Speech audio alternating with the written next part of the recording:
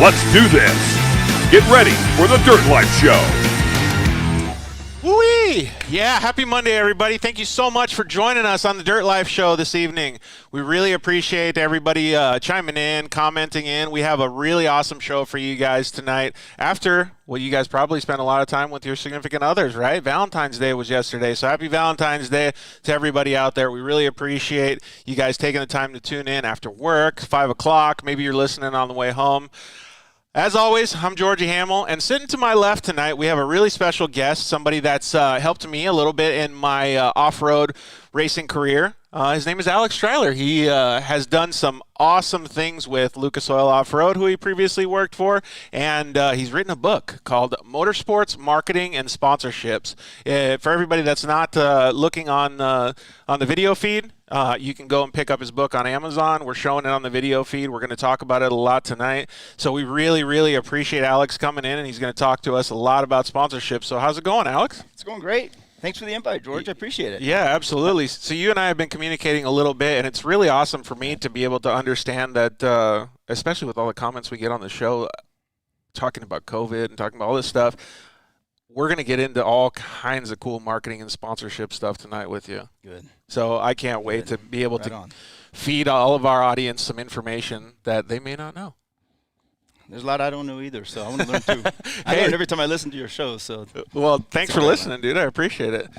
So yeah, please. Ken Johnson just commented in. So hey, Ken. We really appreciate you chiming in as well, Ken. You had a lot to do with the Lucas Oil stuff as well. In fact, I met quite a few people at from the Lucas organization that have been lifelong friends now, man. So it's pretty cool to be able to take racing and go into like the next step, like hosting a podcast. Nice. Yeah, I saw Ken at King of Hammers, and we were hanging out for a while. Nice. He's looking good. He's always busy as all hell. Right on. Well, Ken's good people too. Lena, hi from Gordon's. Oh, she's looking from Gordon's. Well, that's awesome that you're getting that good of service out there, Lena. Well, before we get in the conversation, Alex, since we're talking about motorsports marketing and sponsorships, I'm going to pay a little homage to our sponsors of the show. So I want to definitely thank all of the guys at KMC Wheels, Wheel Pros, the guys at EFX Tires. Ryan and Ryan over there do an amazing job supporting this show. They have helped us acquire more sponsorships just because of their relationships with other companies, something that we'll probably talk about tonight. So thank you guys very much for supporting the show.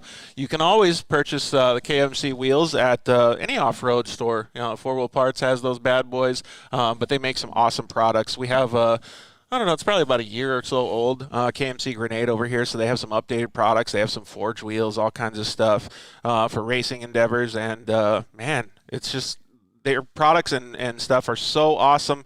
The tires that they sell, EFX Tires, Ryan over there has really supported the show now starting in 2021. He's got some tires on the Unicorn car that we built, and man, he supported that whole Razor effort that we did at the RS1 with Craig Scanlon last year at the UTV World Championship. So thank you very much, Ryan and Ryan over at Wheel Pros, KMC Wheels, and EFX Tires. Thank you to Travis Zollinger at Zollinger Racing Products. He's always been a big partner of the show. Those guys make amazing parts. We talk about the development of side-by-side racing and how it's elevating over the years and how good it is nowadays. Some of the stuff that they produce is like trophy truck level, and it's good to see that on the side-by-sides now. Thank you very much to Justin at Shock Therapy. We did actually talk a little bit about some sponsorship stuff on their live feed last Thursday. So if you haven't got enough after this show, go back and check that stuff out too. So thank you very much to the guys at Shock Therapy. You can always use the code DIRTLIFE over at shocktherapist.com. Save yourself a whole bunch of money on any of the products that they offer, even suspension revalving and performance stuff. So we really appreciate Justin and all his efforts. Thank you very much to the guys over at CryoHeat. Josh LaHaye over there does an amazing job making parts less resistant to rolling resistance. They make Pro Mod transmissions for Razors and all kinds of different vehicles. They do micro polishing, they do metal treatment, all that good stuff. So please check them out and get your car performing a little bit better. Man, even with the new racing series starting. In fact, we're going to talk with one of your buddies, Lee Perfect. Perfect. Yeah. Yeah, he should be calling in soon. So that's going to be awesome to talk with him. So all you guys, we promoted a little bit on social media. We can't wait to talk with you guys and give you a little bit more information, maybe dispel some of the rumors that have been going on, and talk about the There's no rumors in racing. Come on. There's no rumors in racing. Never. Everybody follows the rules. There's no rumors. No one cheats. Yeah, exactly. It's perfect, right? But we're going to talk with all you guys about some of the Great American Short Course, well, we'll call it news and updates. I can't wait to actually figure this out, because this is something that I've always been passionate about, because I race the Lucas Oil Offroad series, and I'm very, very happy that this stuff is going to be, we'll call it reignited. Yeah. So we'll get a little bit of information from Lee. You didn't just race, but you were also given very, very helpful motivational speeches and presentations, and you were going out and motivating people. Yeah, we tried, and the racing was the base platform. Awesome. Yeah. That was awesome. So it's cool. We can talk about some of that stuff too. Yeah, and then thank you to the guys at Solderweld. You can always get a Solderweld off-road repair kit at solderweld.com. Use the code DIRTLIFE, and they save your race and save your ride, because it has all the bonding metals, and all you need is MAP gas, and you can fix your car, man. You can fix anything that's metal on your car, and man, make it back to I guess camp before. I could use that. Our Razor just burned down. Oh, didn't burn down, shit, but really? burned. The back end of it burned. Really? What happened? Well, we were cleaning up trash in the desert, and what looked like a little water bottle of pee was actually a water bottle of gas. Oh, and, shit. It ignited. Fortunately, it's mostly rubber, mostly wires, all the intakes. Holy smokes, but man. No main motor damage. That's crazy. Dude, what about the wiring harness? Was it okay? Yeah, not really. It was toast. I got a new one from Razor. Man. And Carpenter sent me a bunch of new stuff. Oh, thank goodness, huh? Good thing you know people, right? It helps. Hey, thanks to the guys that helped Alex out, man, because I've been talking to him a little bit more, and I want to go out and hit some of the trails out here in Southern California, so maybe we could go together after you get it fixed. You know, I do a ride every year from our desert house in 29 Palms, and we ride around Joshua Tree. We sometimes, a couple of people actually went up to King of Hammers last year. Really? From the ride from the house. Was that recent that you did it for this year? We didn't do it this year. This year because everything going on? Yeah, and a lot of people didn't come out to, there was not so many spectators that came out with the Razors to the King of Hammers that come to the desert house to ride. And Wilfred Eibach and I have been doing a ride for a couple of years. He's hunkered down in Germany right now. Oh, really? It's a marketing ride, essentially, marketing directors. Dude, I'm going. Yeah, Cam Douglas from Optum Battery always count me in. Caters the food. If I got to reserve a spot now, tell me where to sign up. All right, you're in. Nice. You're in. Dang, that's awesome. Please come on the ride. It sounds like there's some heavy hitters. Big heavy hitters. Dude, that's sweet. Okay, we're getting a few other people chiming in. Thanks, Ken Johnson, for the comment, making our egos feel a little bit better. We appreciate it, bud. Ken? No BS, Billy Slade. He's going to call in a little bit later. It's going to be awesome to talk with him.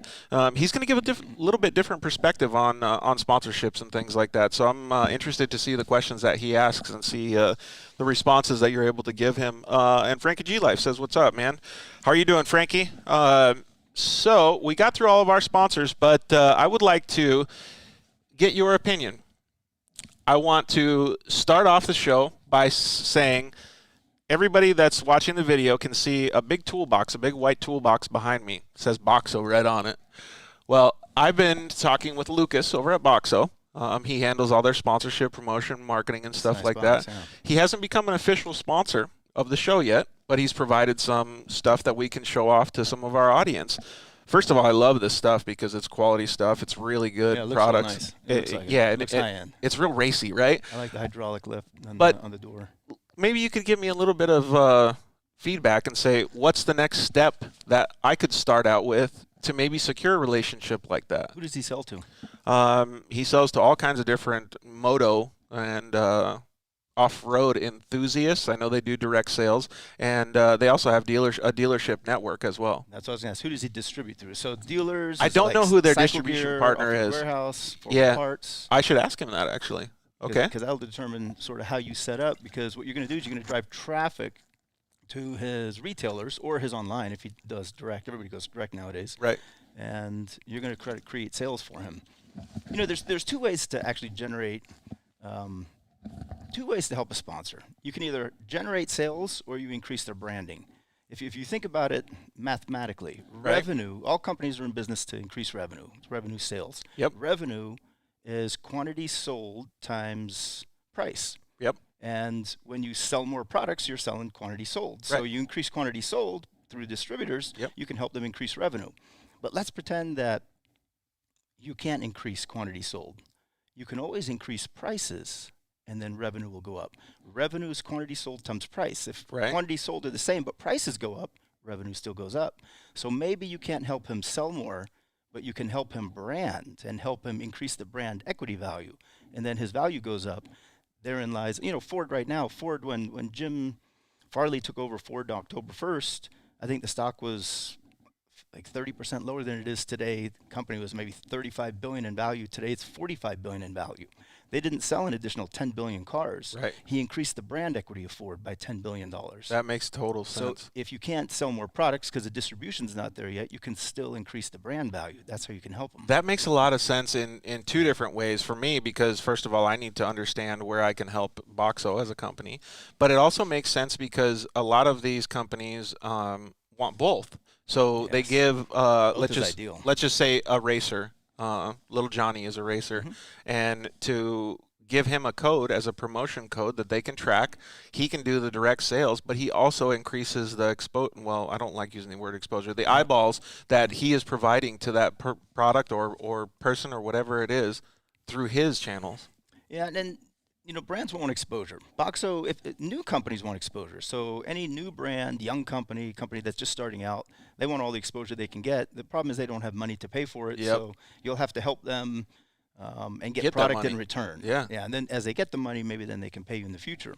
But Yeah, that makes total sense. It makes a lot of sense, actually, and we can talk about it a little bit more too as we get through some of this conversation. To be able to understand why those companies do the certain marketing strategies that they do with different levels of athletes and individuals. some need sales, some need branding. Yeah. And sometimes the two don't go hand in hand because, a lot of, let's say Chinese companies, they tend to go for low prices. We have the best prices, Well, often consumers, especially in our industries, the cheaper prices are perceived as lower quality. Yeah. And so only one company can be the low-cost leader. Everybody else has to compete on the quality of the brand. So if you can elevate the branding of a company, remember when you're sponsored by a company, when they're using you as a representative to help sell more product, you're their brand ambassador. Absolutely. Not just a sales ambassador, you're a brand ambassador. Yep. And that's what a lot of drivers don't remember. A lot of sponsored athletes think that it's just about showing off the logo. I love it when people send to Monster Energy or Coca-Cola a proposal that says, you give me money and I'll give you exposure. Yeah. Does Coca-Cola need exposure? No, Does Monster Energy they're need already exposure? saturated the market. Yeah, exactly. They have far more exposure than the average athlete. So young companies would like the exposure, but they also need the sales. If you can help them set up distribution channels, that's why I asked, where do they distribute? Well, if you're not sure if they're in full parts, but you can get them in full parts, Yeah. boom, there you That go. would be killer. Well, I'll definitely have to see what I can do to make sure that Boxo stays on the show. How about that? That's a badass. I like that toolkit though. Yeah, it is really cool. It really is nice. Yeah, I just need to fill it with tools now. But so I really appreciate the little bit of advice that you're giving to the show. I forgot to mention though that if you guys aren't able to tune in live today, definitely check out all of the audio streams that we have. We're on iTunes. You can always check us out on Facebook and YouTube at any time. You can go to the website, dirtlifeshow.com. But every podcast network has us. So if you already have a podcast subscription to iTunes or Spotify or something, just hit that subscribe button, and you can listen to us on the way to work or in the office, sitting at your desk or something. Or maybe even at your house now with all this craziness in 2021. Exactly. So I have a few questions for you, but before we start kind of digging in deep to this to this sponsorship stuff, I'd like to at least get a little bit of a backstory on how you got into this stuff. So maybe you can kind of fill us in on some of the companies that you've worked with or for, and tell us what made you come out with this awesome book, which I've read cover to cover, by the way. Well, thank you for that. I started out in New York City after college. I went to work at an investment bank, and I had my first career was investment banking. I left to start my own internet business in 1998, and that's where I really started learning about action sports. Yeah. Back then, some people were calling it extreme sports. Tony Hawk came out and said, please don't use the term extreme. Right. This is a real action-based sport. We're Yep. real sports. And that really woke me up. I realized, wow, there's a whole other industry that a lot of people don't know about. Brands were typically sponsoring mainstream sports, but skateboarding, surfing, snowboarding. This sounds like it was in early 2000s then, huh? Late 90s, early 2000s, Yep. exactly. When So it was I starting to started grow. a company in 1998. Went through 2001, and then blew up when the Twin Towers went down because it was an internet-based business. Took me 2 years to realize it. It pretty much bankrupted me, and by 03, I realized, man, I got to just close this down. Closed down the internet business, went back into the corporate world, but I didn't want to go back into finance, so I ended up becoming president of a shoe company, local action sports shoe company, and that's what taught me more about sponsorships because we had, I don't know, I'd say 30 to 40 athletes at the time that we sponsored. So I was issuing sponsorships. And at this time, the reason I talked about the timeline was because this is when action sports was growing itself almost. Yeah. It was being cultivated like as a seed all the way up until how big it is it now. was just starting. I remember seeing my first freestyle motocross competition. I mean, guys like Trevor Vines were out there, and that's when Deegan was just getting his start. And before he had horns on his shoulders. They did this crazy thing called a backflip on a motorcycle. Like, holy crap, what's that? You know, that was way back in the early days. And then when I saw that, I saw that corporate America, as I knew it, the bigger companies, the bigger brands, really didn't know the industry. They would come in and they would throw logos and everything, trying to be cool, not understanding the business. I remember that same thing, and just to qualify it a little bit, I moved from Arizona to Southern California around that same time, 2000, 2002-ish, and I started working in the action sports and music industry as well. I worked for a company called Spy Optic. I know Spy. Yeah, in Carlsbad, and I did all the IT stuff for all these companies, and I remember telling them that the reason they hired me because I didn't have the nerdy pocket. I was like an action sports guy doing the IT stuff. Did you work for Seth? Did Seth own it back in the day, Seth Hammett? No, I worked for a guy named Barry. Okay. Barry. Yeah, so I worked for them, and then it was right around the same time frame though, and I remember just thinking to myself, coming from Arizona, watching all these movies like Crusty Demons of Dirt and all these cool motocross movies, right? I remember thinking, this is a huge breath of fresh air because there's so much opportunity in action sports. Like, it felt like it was a free world, so to speak. Yeah, it was. Well, for the most part, corporate America didn't know about it. Yeah, that's why. And Spy, now I don't know if the story's true, but this is what was told to me is that Jeremy McGrath back in the day had Scott goggles, and he was investing in this new company, Spy, and he was one of their main riders. And they took Scott goggles, put Spy branded straps on Scott goggles. He went out, won Supercross, boom, that launched the brand. Exactly. That launched at least it in the motocross field. Yep, exactly. And a guy named Scott Sipkovic is who started Hollywood. that. Yep, Hollywood. Everybody Hollywood. Knows Scott. He helped launch Monster as an action sports brand. Yeah, too. from Hanson's and all that. He Yeah, helped make it cool. It was really cool to see all that. And he's done Arma now and all kinds of different brands. But man, I just can't.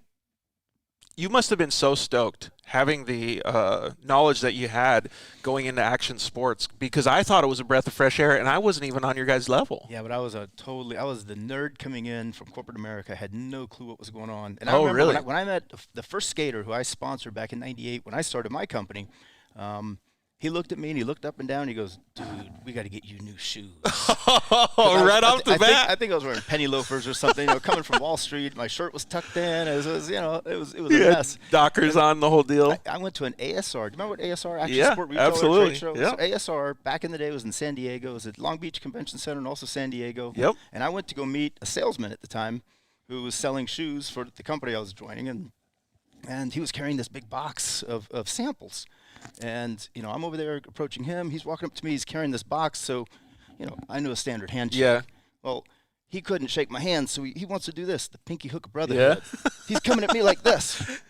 I was like, I wiggle his pinky, I didn't know what he was trying to do. It was like, I was so out of... Introduction to action sports? So lost. I was so lost. Yeah, it was bad. That's pretty awesome, though. And I didn't have the same trial by fire, but I had a similar...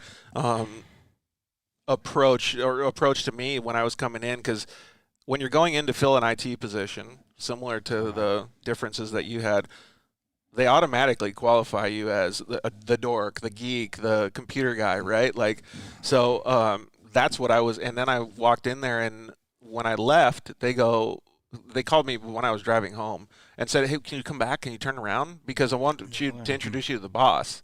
And if I could answer a few questions to the boss, that was it. You know, like I was in because I was already the same mindset of these people. Did you know Joe Parsons, or do you know Joe? Monster Joe, they call him.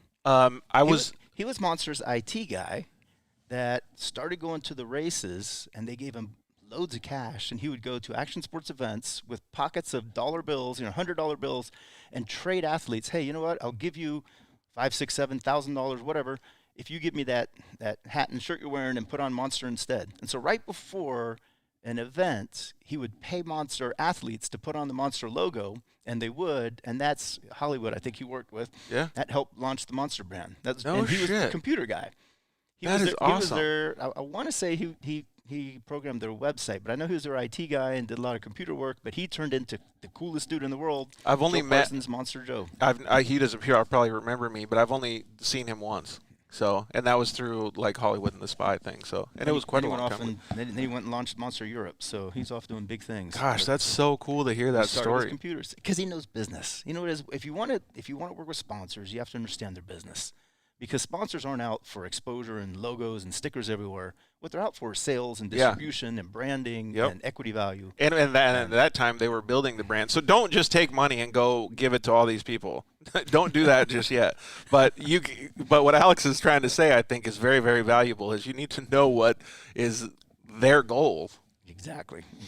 What So- increases the value for the sponsor or the brand? That's Yeah. the important part. 100%. Man, that's cool. Like, it's a trip down memory lane almost. Well, what was the next step for you then? Because we got 3 minutes before we get to talk with Lee. Well, after I left the shoe industry, action sports, I went over and worked for Core. A friend of mine who I went to college with called me up and says, "You're not going to believe this." Can you mention the shoe brand that you work for? Osiris. Osiris shoes. So everybody else, do you remember Osiris, the big, nice, Osiris. puffy shoes with the circles on the side? They were called Yosiris back in the day at one point. I remember I had some of those bad boys.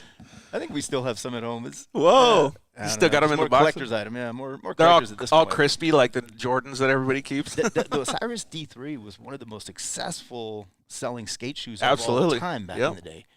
I think Dave Mayhew did something. It was awesome. Like, I couldn't get enough of them back in the day. So that was so I went over into racing. A friend of mine calls up from college, a guy I had known for a long time. He's like, "You're not going to believe this," and he's a total finance guy. Had never went off road, never rode. I've been riding my whole life because I'm 55 now. I think I rode my first motorcycle when I was 4 and have never been without one. So he knew that I was into motorcycles.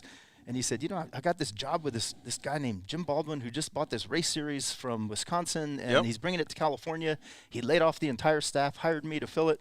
He says, my friend says, "Can you come and check it out? We're in Newport Beach." I went to Newport Beach, and there was this big office complex with all these rooms, and they were all empty except one, and that was my friend. His name was Piero. And Piero said, "My job is to fill all of these offices with executives in the next 30 days, and I need someone to do this, this, this, this, and this." And I was like, "Yeah, no, I don't think so," because I didn't want to work for him. I didn't think it was the real deal. Plus, that sounds like destined for failure. Yeah, it did. And then he says, "Well, I'll tell you what. Let me introduce you to the owner." I'm like, "Okay, that's can't hurt." So a couple weeks later, I'm driven in a van to the Long Beach airport. We're flown by helicopter into a yacht in the middle of like the bay between SoCal and Catalina Island. The yacht is so big it can't dock at Catalina. But so the helicopter landed on the dock of the yacht. Holy smokes. Exactly. And we get out, and then my friend Piero goes, "I want to introduce you to Jim Baldwin, who owns Core, owns the yacht, he was represented as a billionaire at the time." I didn't know. I had no idea who the guy was. You probably didn't know that you were going to do that in the morning when you woke up. No clue. Holy no clue. I just took the day off of work. I was like, I'll go hang out with my friend Piero. I get to fly on a helicopter, go to Catalina. It was cool. I didn't know that. It was all a surprise, actually. And then Jim Baldwin said, "Yeah, I'm going to invest several $1 million, bring racing to California, blah, blah, blah." I was sold. I was like, hell yeah, let's do it. That's crazy. So then I worked for Core for a few years. What I didn't know at the time, which nobody knew, is that he was financed by Lehman Brothers. Oh. Well, and Lehman Brothers created a lot of the mortgage bonds, as did Bear Stearns. That's where I worked. Yeah. Oh, I turned the ringer off. That's okay. That's funny. I turned the ringer off. We're going getting to turn the whole thing off. That's okay. Man, that's crazy. So, well, let's put pause on your story, because I definitely want to gather this back up a little bit and talk a little bit about the intensity behind that, because it seems like that was the catalyst to everything that started, right? Your whole motorsports career. But really did. Speaking of other things that are starting, we have Lee Perfect on the phone, starting the new Great American Shortcourse series. Lee, are you there? Hey, Lee. I am here. How you doing, bud? Doing good. How's it going there? It's going pretty good, and we're actually really a lot more excited now that since we were at the Ultra 4 King of the Hammers and we heard the news that potentially there's going to be some more short course racing out here on the West Coast with the Great American Shortcourse Series. Yeah, absolutely. So, it was a surprise call in November when it got shut down out of the blue. Nobody knew, and after the schedule was out, and that's, the decision they made, and my phone started ringing that night, and just kind of positioned myself to be first in line, and let's pick up the pieces and keep this thing going. Man, that must have been a roller coaster, right, though, because you hear everything that's going on, and then all of a sudden you're like, I don't want to say scrambling, but you're at least trying to move forward and see what kind of stuff you can pull off to make this racing happen for all of the guys that are displaced, mod kart kids, pro light drivers, obviously UTV guys. That's a lot of weight to have on your shoulders if you're trying to get back into it, right? Yeah, absolutely. There's definitely been some hurdles these last couple of months. Trying to acquire a lot of this equipment from Lucas that was being used, and we don't have to start over, and that's going well and almost done, and starting to talk to tracks and sponsors, and the floodgates are open here, and just got to pull it all together. We got a lot of work to do, but we're off to a good start and running for sure. Hey, Lee, what else do you need in case someone is listening who can help out?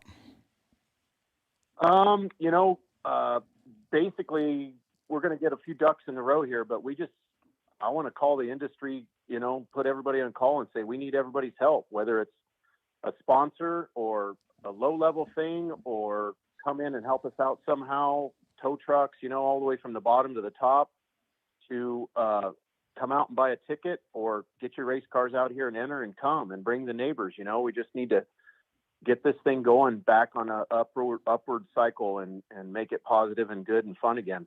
Yeah, I agree with that 110%. Yeah, totally. I think you're speaking to a lot of the people that are actually available to do that. The off-road community and even the side-by-side community, as we know, is massively considerate and really, really up on helping and making things happen for their community. So I think there's going to be a lot of people that reach out. Maybe if you guys have a chance, slide into the Dirt Life DMs if you guys have any ideas on how you can help out the Great American Shortcourse Series. And even if you can't help, maybe you don't have a tractor, maybe you don't have a bunch of friends, but you want to come out to the series and you want to just come to the races and things like that, let us know, because we're going to be out there and we're going to be supporting Lee and his whole effort, because we want this to be a huge success. I still remember the first time I met Lee at the Lucas Regionals. That's where you started with the Lucas series. I was regionals. You started racing regionals. Yep, and with the Rockstar Energy UTV Wolfpack. Yeah, and I remember thinking to myself, coming from motocross where everybody is so secretive. Jeremy. Yeah, coming from where everybody's so secretive in motocross, thinking, oh my gosh, man, this off-road community, everybody is here to help. Like, this is insanely cool. And what Lee's not saying, but this is really important to know, is that the Lucas Oil Regional Series was always profitable. Lucas Oil did funny accounting where they moved the money over to the big series, but Lee always ran a profitable series. So even with very little sponsorship that he got to keep, he would raise money, and then the big series would take it and buy TV. But he always had that. Hey, we got to give a shout out to Poppy, Lee's wife, too, because she kills those too. Well, she's the boss. She runs the whole thing. Lee knows that. Poppy makes everything happen. Yep, I was out working for Dave at King of the Hammers for 31 days on the lake bed, and she's calling, and I'm making lists, and lists are getting longer, and you got to get out of there, and we got to get going. So that's what we've been working on, just all the callbacks and rules and structure, and just starting to rock and roll and make stuff happen here. So on top of working full time too, she's a teacher. Yeah. So. She teaches us racers a lot too. But Lee, I think your timing couldn't have been any more perfect, announcing that you guys were going to partner with Dave Cole at Ultra 4 King of the Hammers and start this Great American Shortcourse Series. The reason I say that is because I was personally getting calls from mod kart drivers, from UTV drivers, and different individuals that wanted to just get back to racing. And they're like, what do I do now? Do I go race desert? Do I go race works? Like, I have a short course car. They don't have a mod kart class in these areas. And I go, you know what? I have faith that something is going to come to fruition. And there are about 250 teams. When I left Lucas, there were about 250 teams. I don't know how many there are now in the regional series, or how many would you say, Lee, are lined up and ready to go?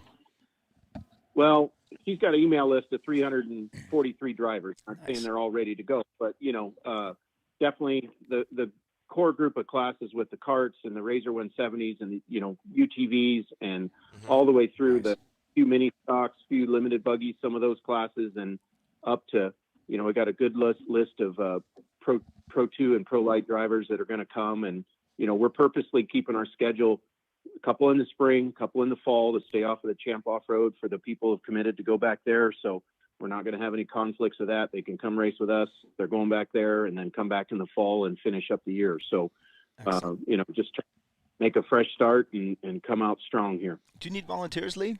I see I'm going to read for George here. I can see the text coming through. People offering to volunteer already. Yeah, no, for sure. When we get closer, to the event, there's definitely a good chance, and they can reach out to us. And just lots going on to get done, and just putting in some hours now, and it's going to be a lot to get done before April. But we're rocking and rolling on it. And the phone rang that night that I got the call that Lucas shut it down, and people were reaching out to help.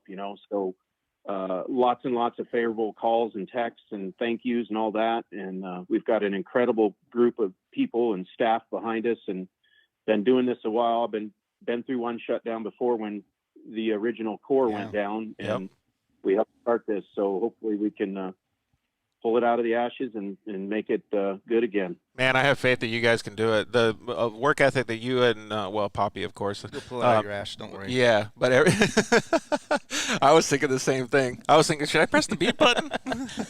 But yeah, so thank you very much, John Lewis, for asking about the volunteers and stuff. John is a huge advocate of off-road, and he really loves it, and he knows a lot of people. So if people do want to get in touch with you guys and do anything to help out, Lee, is there a way that they can communicate back and forth with you?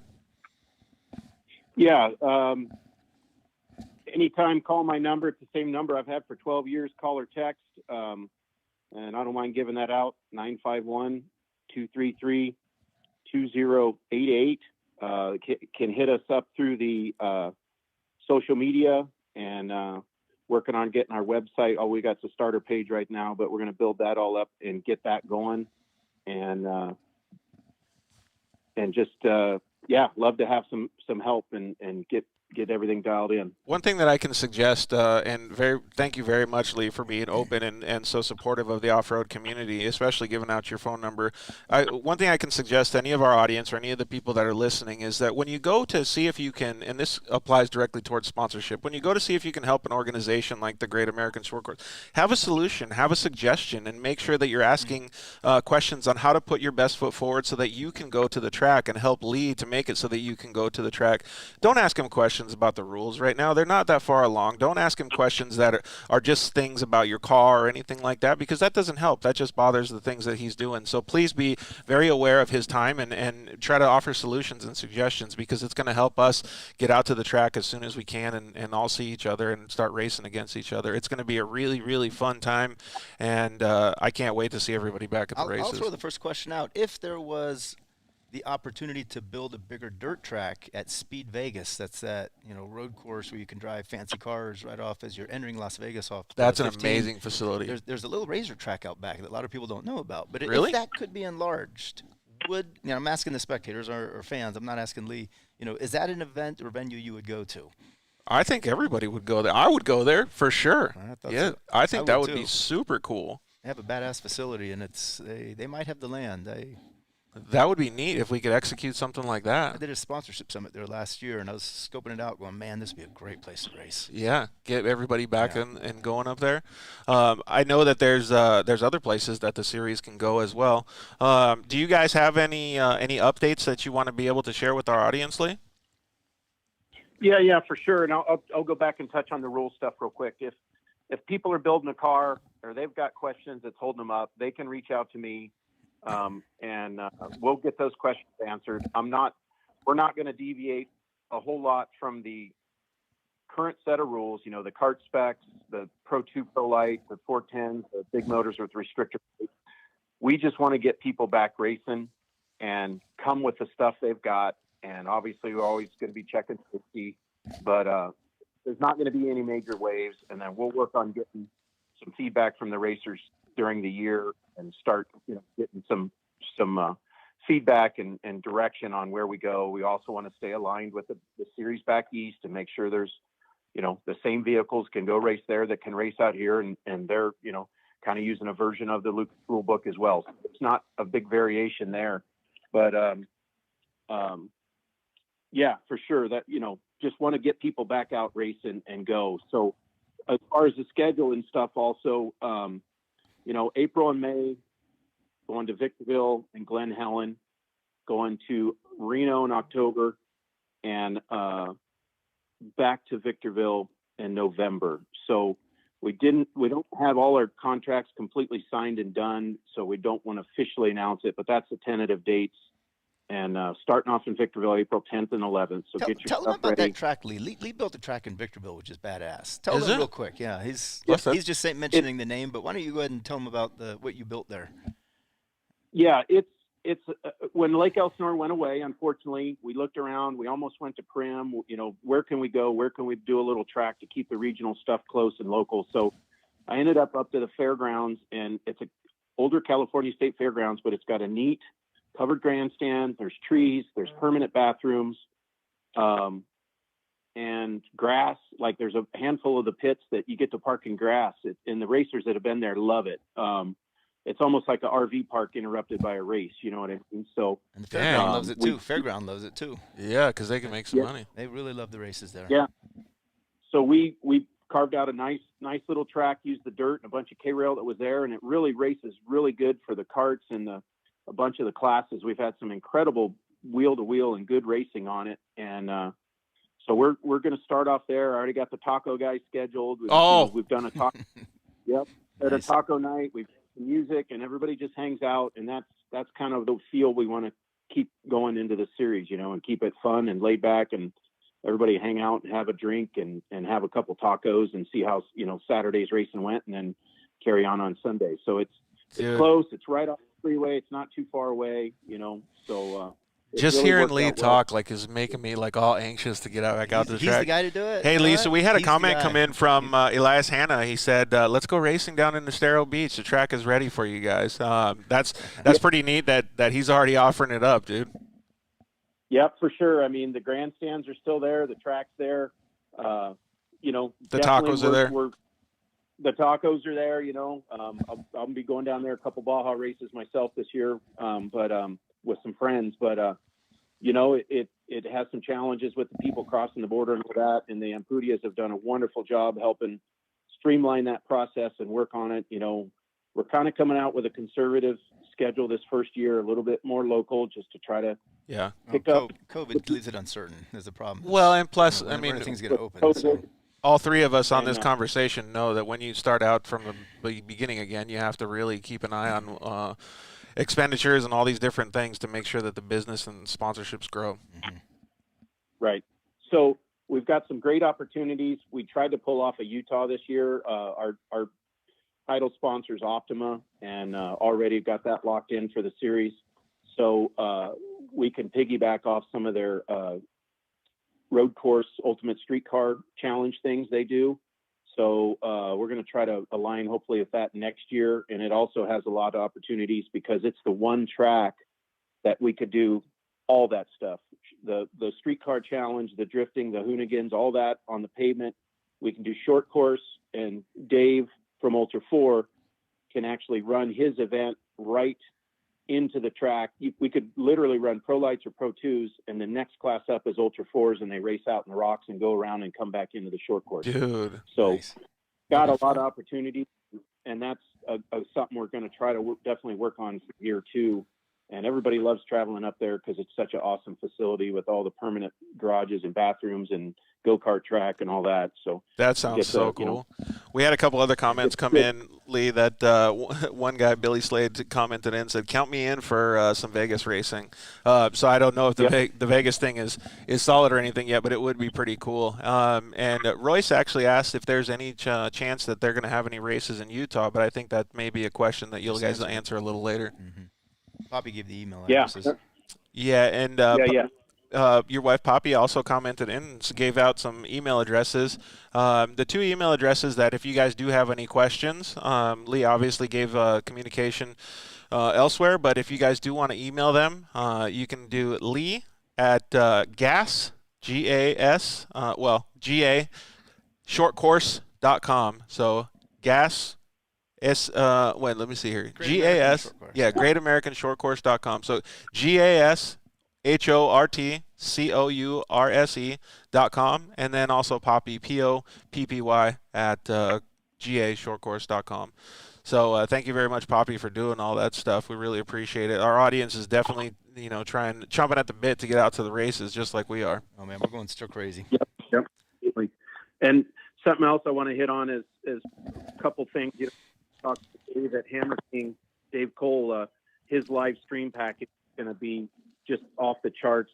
If anybody watched anything from King of the Hammers, that was insane. He did a phenomenal job.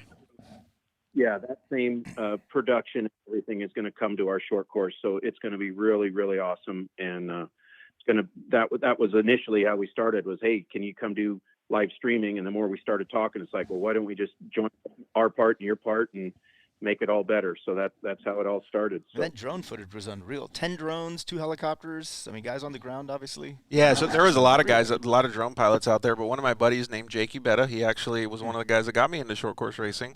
But he's a professional drone pilot now, so he was getting some of those angles and stuff. And when out at it'd be a lot easier if he was doing the short course stuff, because he was climbing rocks like a freaking billy goat, man, trying to get those shots. And it was panning out. Yeah, close up on a truck and then it would pan out. It's like, whoa, yeah, that's crazy. So he has he flies the drone, and then there's another guy that controls the angles and stuff. Yeah, it's amazing for what they pull off.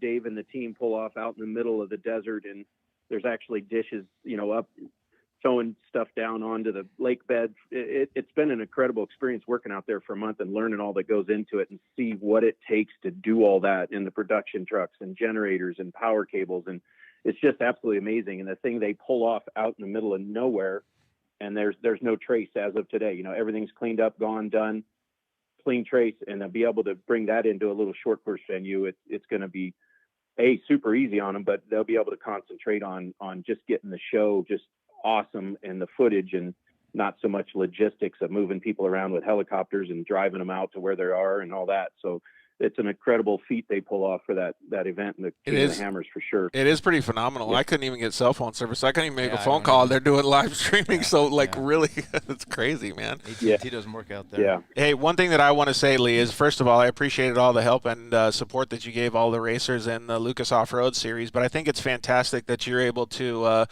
take the bull by the horns and start this new short course series. I think everybody's going to really have a good understanding of what they can expect pretty soon here in the future. Yep, absolutely. We're going to try to, make things fun, lighten it up a little bit, bring that regional feel up, and get the tracks prepped right. We got same staff, whole bunch of people wanting to help. So the safety crew, all that stuff's going to be top notch like it's been. So you're safe, you're good. The track prep, just hit the basics and have some fun and get everybody back racing, and then just start growing right from there. So Lee, one of the comments that we had come in was, and I want to do this as a 2-part question, but any Youth 1000 class racing, but I would like to ask it as a 2-part question. Like I said, is there going to be any changes to the way that the series runs? We're definitely taking a fresh start of it, trying to look at that, trying to get some more interactive stuff going off the track with Birmingham or Reno, some of the other tracks, like I mentioned, maybe Utah for next year, that we get some more interactive stuff for the fans that they can come watch, and maybe they can participate in a UTV or do some off-track stuff to keep them feeling like they're part of it, and grow the vendor row stuff back up. I know Alex was involved years ago at Lake Elsinore when we opened the floodgates and had one of the best couple of races with vendor row. Awesome? That was just, you know, and try to get past the COVID stuff. But once we're clear of that, man, it's going to happen. And we got to get a lot more of that stuff out and just make it really cool and fun. And yeah, the Youth 1000, it's on the list. You know, I know a lot of people are coming out of the 170s and skipping the 570s and going into that Youth 1000 or the RS1 class, depending on what we want to do. And definitely looking at it. Definitely, I kind of set back for once. We've helped start some of those classes or write some of the rules on some of those classes, and figured we'd sit back last year and let it kind of sort out. There's kind of two different formulas with Best in the Desert and Works and some of that, but hopefully it's settled down. The kind of stock on the tuning and the clutch, and just let them go run. And then when they turn 14 or get a little older, they can make it a full blown production 1000 vehicle and let them get after it. You know, they don't have to wait that long. It's just a couple of years, and at 14, they're off and running in all the other classes. That's like back at Core when we let the trophy carts in. Remember when Nestor and Tony pulled up with the trophy carts? They pulled them out front. We're like, what are these little things? Look at where that left. Now you got Sheldon Kruger in NASCAR. And go ahead, Lee. Started out as a sideshow while we were prepping the track, and look at us 15 years later. RJ we've Anderson. Had all these all these incredible drivers that are coming out and got big opportunities and just an incredible car control that none of the other old timers had. You know, none of us had that stuff that you're burning hundreds and hundreds of laps or thousands of laps. I think Hager might be one of the only ones, Brock Hager, that I think he's maybe never missed a Lucas Oil Offroad race in the 12 years. I could be wrong, but all those kids coming out of those classes that just, you know, hundreds and hundreds or thousands of laps and all that stuff, and it just gives them incredible car control. And then whatever they get into after that, they're just killing it out there. Yeah, it's phenomenal. And I've sat in the stands when people are looking at Brock Hager driving, they go, man, that kid can wheel. And that's because of the feeder series. Because of that. You know, my son Cole, he raced trophy carts back in the day, and he wanted to do it full time, and I'm like, no. He goes, because we can't afford to have a racer in the family. Yep. You know, it's very expensive to race. And he says, well, Dad, if I raise the money, whatever I raise, can you pay equal? I said, yeah, sure. You know, you raise a couple $100, whatever you raise from sponsors, I'll double it. So he's writing all these letters, and he's calling all friends and all of our family members. And one day he comes home, he goes, Dad, I got a sponsor. So I'm reaching back to get my wallet. I'm like, all right, how much? He says, I got $5,000. Like, what? Swear to God, he raised $5,000 by bugging one of my wife's friends' husband, who ran an insurance company, Arrowhead Insurance at the time. That's he kept awesome. saying, will you sponsor me? Will you sponsor me? The guy's like, yeah, you know what? You're kind of cute kid. I'll sponsor you. So then all of a sudden I had to come up with $5,000. I call up Mike DeFord at Bully Dog, who worked at Bully Dog at the time. Shout out to Mike. He's with Titan Fuel Tanks now in Idaho. And when I call up Mike, I'm like, Mike, man, I need help. You got to sponsor my son. So he did. And then so my son raced for 1 year the Arrowhead Bully Dog trophy cart. That's awesome. Well, that's crazy. If he wanted to race the trophy cart again, he could. We actually had a couple other comments come in that said, make it a festival out of it. And Lee, I think, is already on that, man. He said that he wants to make it so that everybody can have tacos and hang out after the races and stuff. I think it's going to be pretty cool. And David said 75 freaking carts, man. So it sounds like there's a lot of mod carts that are going to be just chomping at the bit to get back in the series. Yeah, that's crazy. Yeah, for sure. The Razor 170s, we start them at 6. So, you know, we got a place for anybody to race from 6 up to grandpa or whatever, you know, 60 years old. And the carts, there's 3 different classes, as you guys know, and they're always solid. And the mod carts are just one of the best shows of the day when it's a good race. I mean, they're as good as the Pro 2s and Pro Lights when it's an awesome race. So they just put on such a good show. It's definitely going to have a good feel to them again. Dude, those kids know how to battle so hard. It's awesome. No fear. Those kids have no fear. Yeah, exactly. And John commented, and I think I can probably answer this question for Lee. Are you going to run any races in the upper Midwest? I think he's going to leave the short course series that they already have out there on the East Coast or Midwest, whatever you want to call it, to those guys, and probably concentrate on the West Coast. Is that right, Lee? Yeah, for sure. Like I said, we're going to not step on dates and already had some initial contact, and definitely going to have more contact with them and try to make sure it works best for racers if they want to do one or the other or both. And, who knows? Maybe, everybody always wants to do a meet in the middle in Missouri thing. So maybe something like that can come up one of these years and get on that track again at Wheatland at the Lucas Oil Speedway. So kind of like they do the motocross or the supercross East-West shootout kind of thing. That'd be kind of cool. Yeah. It would be. Well, yeah. Like I said, Lee, thank you very much for putting in all the hard work. We know you are dreaming about this new short course series when you go to sleep, just like all of us racers are, so I appreciate it, Nobody dude. works harder than Lee. Lee Yep. and Poppy combined. Yep. I've seen it firsthand. Nobody works harder. Yep, it was awesome. That day we did the announcement at King of the Hammers when I got to see some mod carts and the Pro 2s and the Pro Lights. We did a little tiny demo when we did the announcement, and I was like, man, it's been months. It feels good to see those trucks coming up and just roosting and throwing rocks. So just another, I guess, a little under 2 months here, we'll have it again. So it'll be good. If you don't mind, before we sign off, maybe just go over those rough dates again and tell everybody how they can contact you if they have questions. Yep. So my contact's Lee at gashortcourse.com or Poppy at gashortcourse.com. And starting off in Victorville, April 10th and 11th. This is all still tentative, but I think we're pretty locked in. Going to Glen Helen, May 22nd, 23rd. Taking the summer off and letting people go back east if they're going to do some of that, or who knows. There's some other opportunities. Maybe we'll throw something in the summer, but right now, looking at these 4 dates, and October 9th and 10th at Reno, that's going to be cool because what's going on there is the following weekend is the Ultra 4 Nationals final. So we're going to race short course on the 9th and 10th in Reno, and the very next weekend, the Ultra 4 cars are up there. So Dave and his whole crew will be up there. So we can get the track right for both series, and production will all be there for 1 week. So you can, if somebody's local up there, if you want to spend the week and hang out, got big events on both weekends, and then we'll come back off and finish November 13th, 14th at Glen Helen. And I know that's a little close to the start of the 1,000. It's supposed to be a peninsula run this year, but that's what we got for dates, just coming out a little late, and we're going to start working on next year as well and start getting things dialed in early. Thanks, man. We really appreciate it. Like I said, I mean, I can't reiterate this enough. We're all looking forward to getting back to racing some short course, dude. So we'll see you at the races soon, bud. You got anything else for him, Alex, before he signs off? Thanks for calling in, Lee. Appreciate it, bud. Yep. No, awesome. Thanks, you guys. Good talking to you. And Alex, we'll be talking more soon. We're going to get out there and shake the trees and bushes and get some more help. And we're going to find some brands to support this thing. Absolutely. Yep. Absolutely. Thanks, guys. Thanks, dude. See you later. All right. Take care, Lee. Bye, Poppy. Yep. Bye, Poppy. Bye.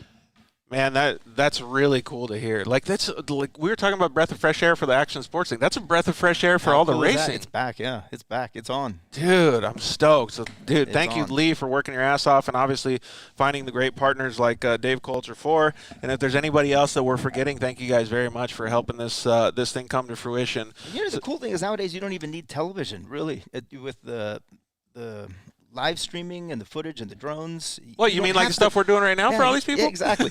you don't have to tape delay it and air it on CBS Sports anymore. You can just air it live and reach a hell of a lot more people. And Exactly. That's what Lee's going to do. Just like Dave does it with King of Hammers. It's really cool, so I can't wait to see that stuff happen. Well, we have about 15 or 20 minutes before Ryan Beat calls in. So I think what we should do is talk a little bit more about the stuff that we were continue with your story, and then maybe in 5 minutes or so we'll go to a commercial break before Ryan comes on. So working in the action sports industry, that really gives you a really creative understanding of how to start being able to market and do all of these different things, because it's an open platform back in the early 2000s, right? Yeah, and things are changing now, which is really strengthening the creative aspect of action sports. So I started out in conservative Wall Street, which everybody wore a suit and tie. Yeah. Everybody looks the same. They have the same haircut, the same clothes, the same hours. Action sports, you're unique. You're an individual. Yep. You're defined by your own character. Well, we're entering a world now where creativity is starting to dominate, because content is what everybody is creating, and content gets you recognition, and content creates followers. So the more unique you are and the more interesting you are, the more potential you have to reach a lot of people. 100%. And the creative world now, I think, is seeing a shift where In the past, it was the reach and the power and the might and the dollars were, could dominate, and a company that had the most dollars would grow faster. Now the creatives are going to grow faster. Yep. Those who have the most compelling and interesting content. And because everybody is a producer with your cell phone. Yep. Every one of us is a videographer with your thumb. All you need is a thumb. Your thumb to hit record, a thumb to hit stop, a thumb to hit upload, a thumb to hit share. Yep. If you don't have video, you just need to find a thumb. Hey, to go above and beyond that, I've always wanted to give my buddy Russ on Wheels a shout out. He's quadriplegic, but he operates it all with his mouth. Wow. And he still does a better job on content than dudes like me. You're doing great. What are you talking about? He owns it, man. So to reiterate, like, you have an opportunity, whether you have something wrong with you or you just don't want to do it, you still all have the same opportunity to go out and produce.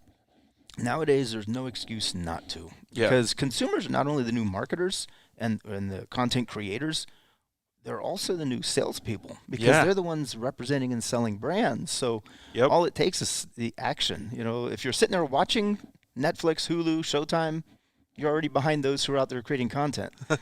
It's all about content. I think you just answered one of the rapid fire questions at the end. But that's perfect, man. Netflix versus YouTube. Yeah, I couldn't agree more, though. Sure. That's phenomenal that you think that way. And so, actually, let's answer one question before we go to commercial break. Since we're talking about content and production and stuff like that, what's one simple suggestion that you can make to, like, we already use him as an example, little Johnny Racer. Maybe we'll use a trophy car kid. Okay. To be able to utilize his content network, he's only got 100 followers. How is he going to impress sponsors with being able to get out to his audience? Okay, so let's back up a little bit from there as well.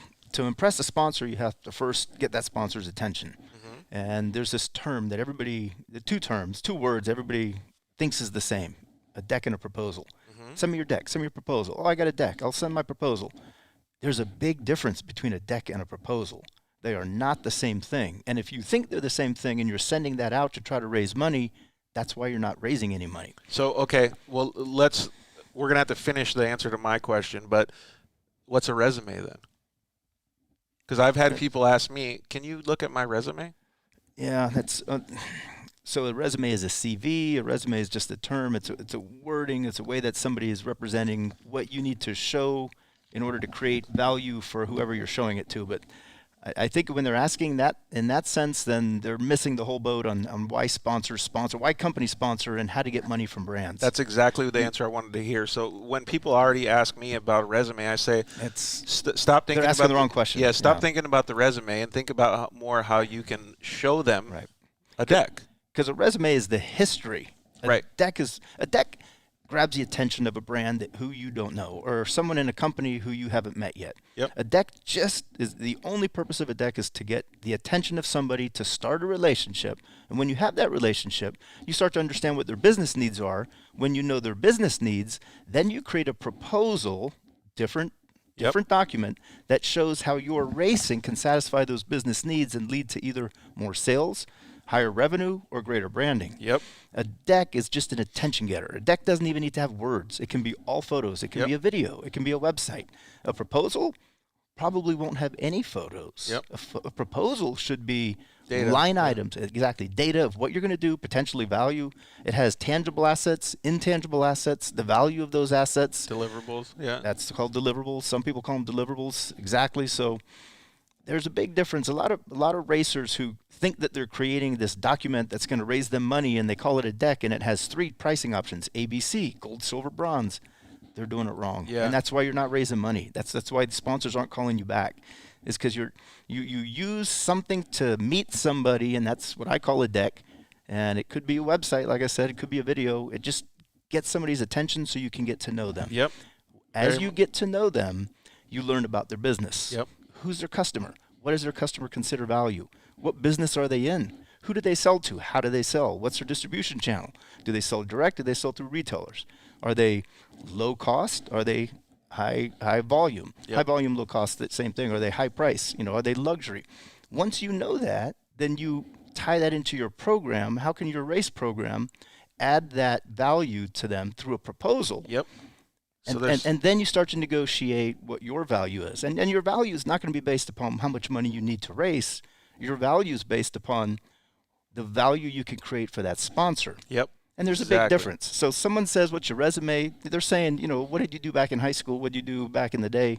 They're looking backwards. They're not looking forward to what you can do. Exactly. It's the wrong question. So, and times have changed a lot, too. So I really want to get more detail and info out of that. But let's go to a commercial break for a little bit. We'll take a 5-minute break. You guys can watch some of our sponsors and the way that we help promote them. And then we're going to have Ryan Beat on, and we're going to talk more about the sponsorship, way you can provide your decks to the sponsors, and have a little bit more fun with Alex. We'll be right back.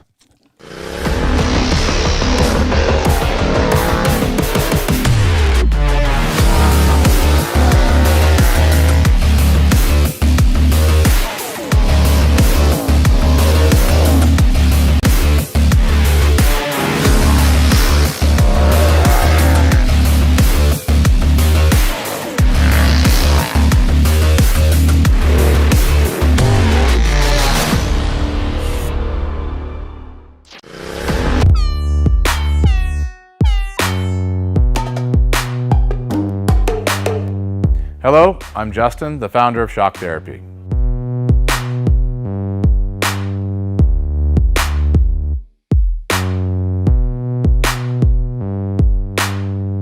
Shock Therapy has been around for 5 years, but we have personally been tuning suspension on off-road cars and race vehicles for over 25 years. We tune between 10 and 15 cars per day, every single day of the week.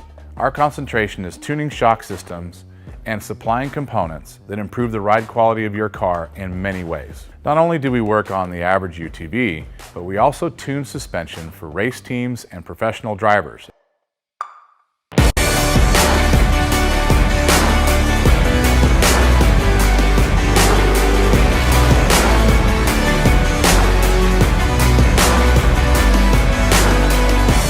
We currently tune for over 87 race teams in Best in the Desert and Score.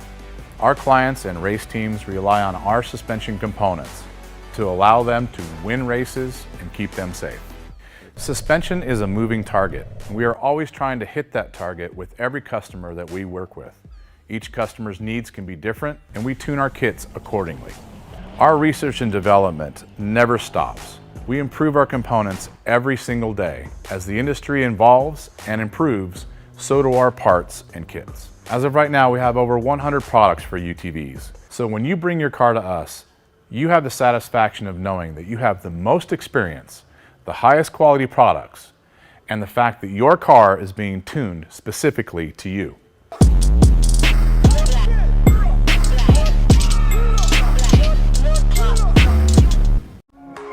Zollinger Racing builds the best aftermarket products available. Products for your UTV or snowmobile, including billet radius rods, billet tie rods, billet steering knuckles, billet steering racks, alternator kits, and much more. All manufactured in the United States in-house at their headquarters in Nibley, Utah. Travis Zollinger and his team test in some of the most brutal conditions, racing in places like the Best in the Desert Mint 400, Ultra 4 King of the Hammers, UTV World Championships, and many more. Visit ZollingerRacingProducts.com and use the code DIRTLIFE to get 10% off your next purchase, and join us on social media at Zollinger Racing Products to see our products in action.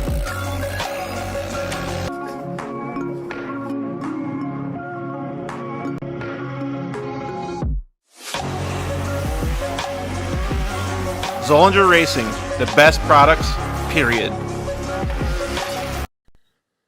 Yeah, finally, we got Lance from Solderweld in the studio. Thanks for coming down, bud. Hey, why don't we just record a commercial now? Yeah, why not? So good to be here, man. It's been a lot. I've been trying to get down here forever, and I wanted to talk about the off-road kit. Dude, I love those things. I got it in my pack. Yeah, we're running hundreds of vehicles now running them, whether it's a UTV or some guy's got it in a backpack on his motocross. He's got everything he needs to make a fix right there on the fly, out on the trail, or in the desert, whatever it is. Well, since I've already used one, I kind of know what to use it for, but explain what it does. All right, so let's pull one out real quick. You've got your aluminum rods. Remember, they're rods, right? So, light torch, small torch. You can throw it in there or throw it on the rig with your flux. It decontaminates and cleans like let's say a radiator. You get a random rock chip runs through as you're racing. You get a rock chip in a radiator. You got to fix it right there, or you're out of the race. You can patch it up instead of. You can patch it up. It's all good to go. Yep, just like welding. Yeah. Also, as well with that, you've got a brake line fix. So with your flux, you can fix a brake line, stainless steel.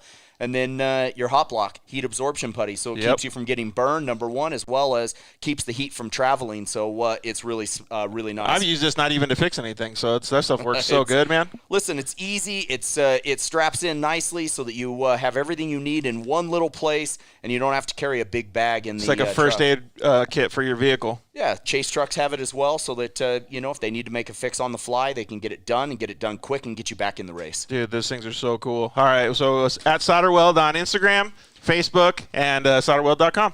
Awesome. All right, thanks, bud. Appreciate it.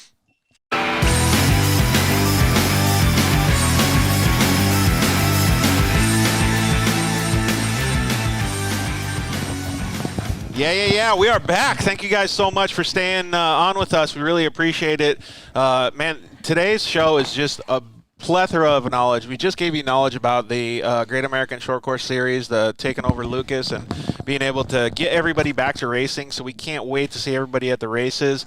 And going along with that same thing, man, it takes money to be able to get out to the races. It takes partners to be able to get out to the races. So we're talking with Alex about getting some partners, the right way to do it, and the way to create long-term relationships so that you can really have a successful racing career. One of the guys that we have calling in is a buddy of Alex's, Ryan Beat. He's going to call in just a few minutes. He's done a fantastic job with the stuff that he does for sponsors in the previously Lucas series and racing dirt bikes. Ryan's not just an amazing person. His sponsor loves him. He's sponsored by Bill Stein. Yep. And Stephen Beatty, who's president of Bill Stein USA, is probably Ryan's biggest fan. Stephen was telling me, with Ryan, it's not just about the visibility at the track that Ryan can create for Bill Stein, but when Ryan gets his truck in commercials of other sponsors like General Tire, he got thousands of commercials of General Tire racing the Bill Stein truck. Yeah. So there's this pass-through. Not only is he value branded by two awesome companies, he's co-branding the marketing. Yeah. And Bill Stein benefits from General Tires and vice versa. Yeah. It's perfect. It's a great symbiotic relationship. That's fantastic. So, Ryan's real good at that. He understands the business of it. See, Ryan's not just a great racer. He understands business. And he is a great racer, too. Yeah. I've always admired Ryan because he came from dirt bikes, much like myself. Started out in the UTV class, we'll call it, SR1s. And, man, I remember seeing it was my first ever Lucas race.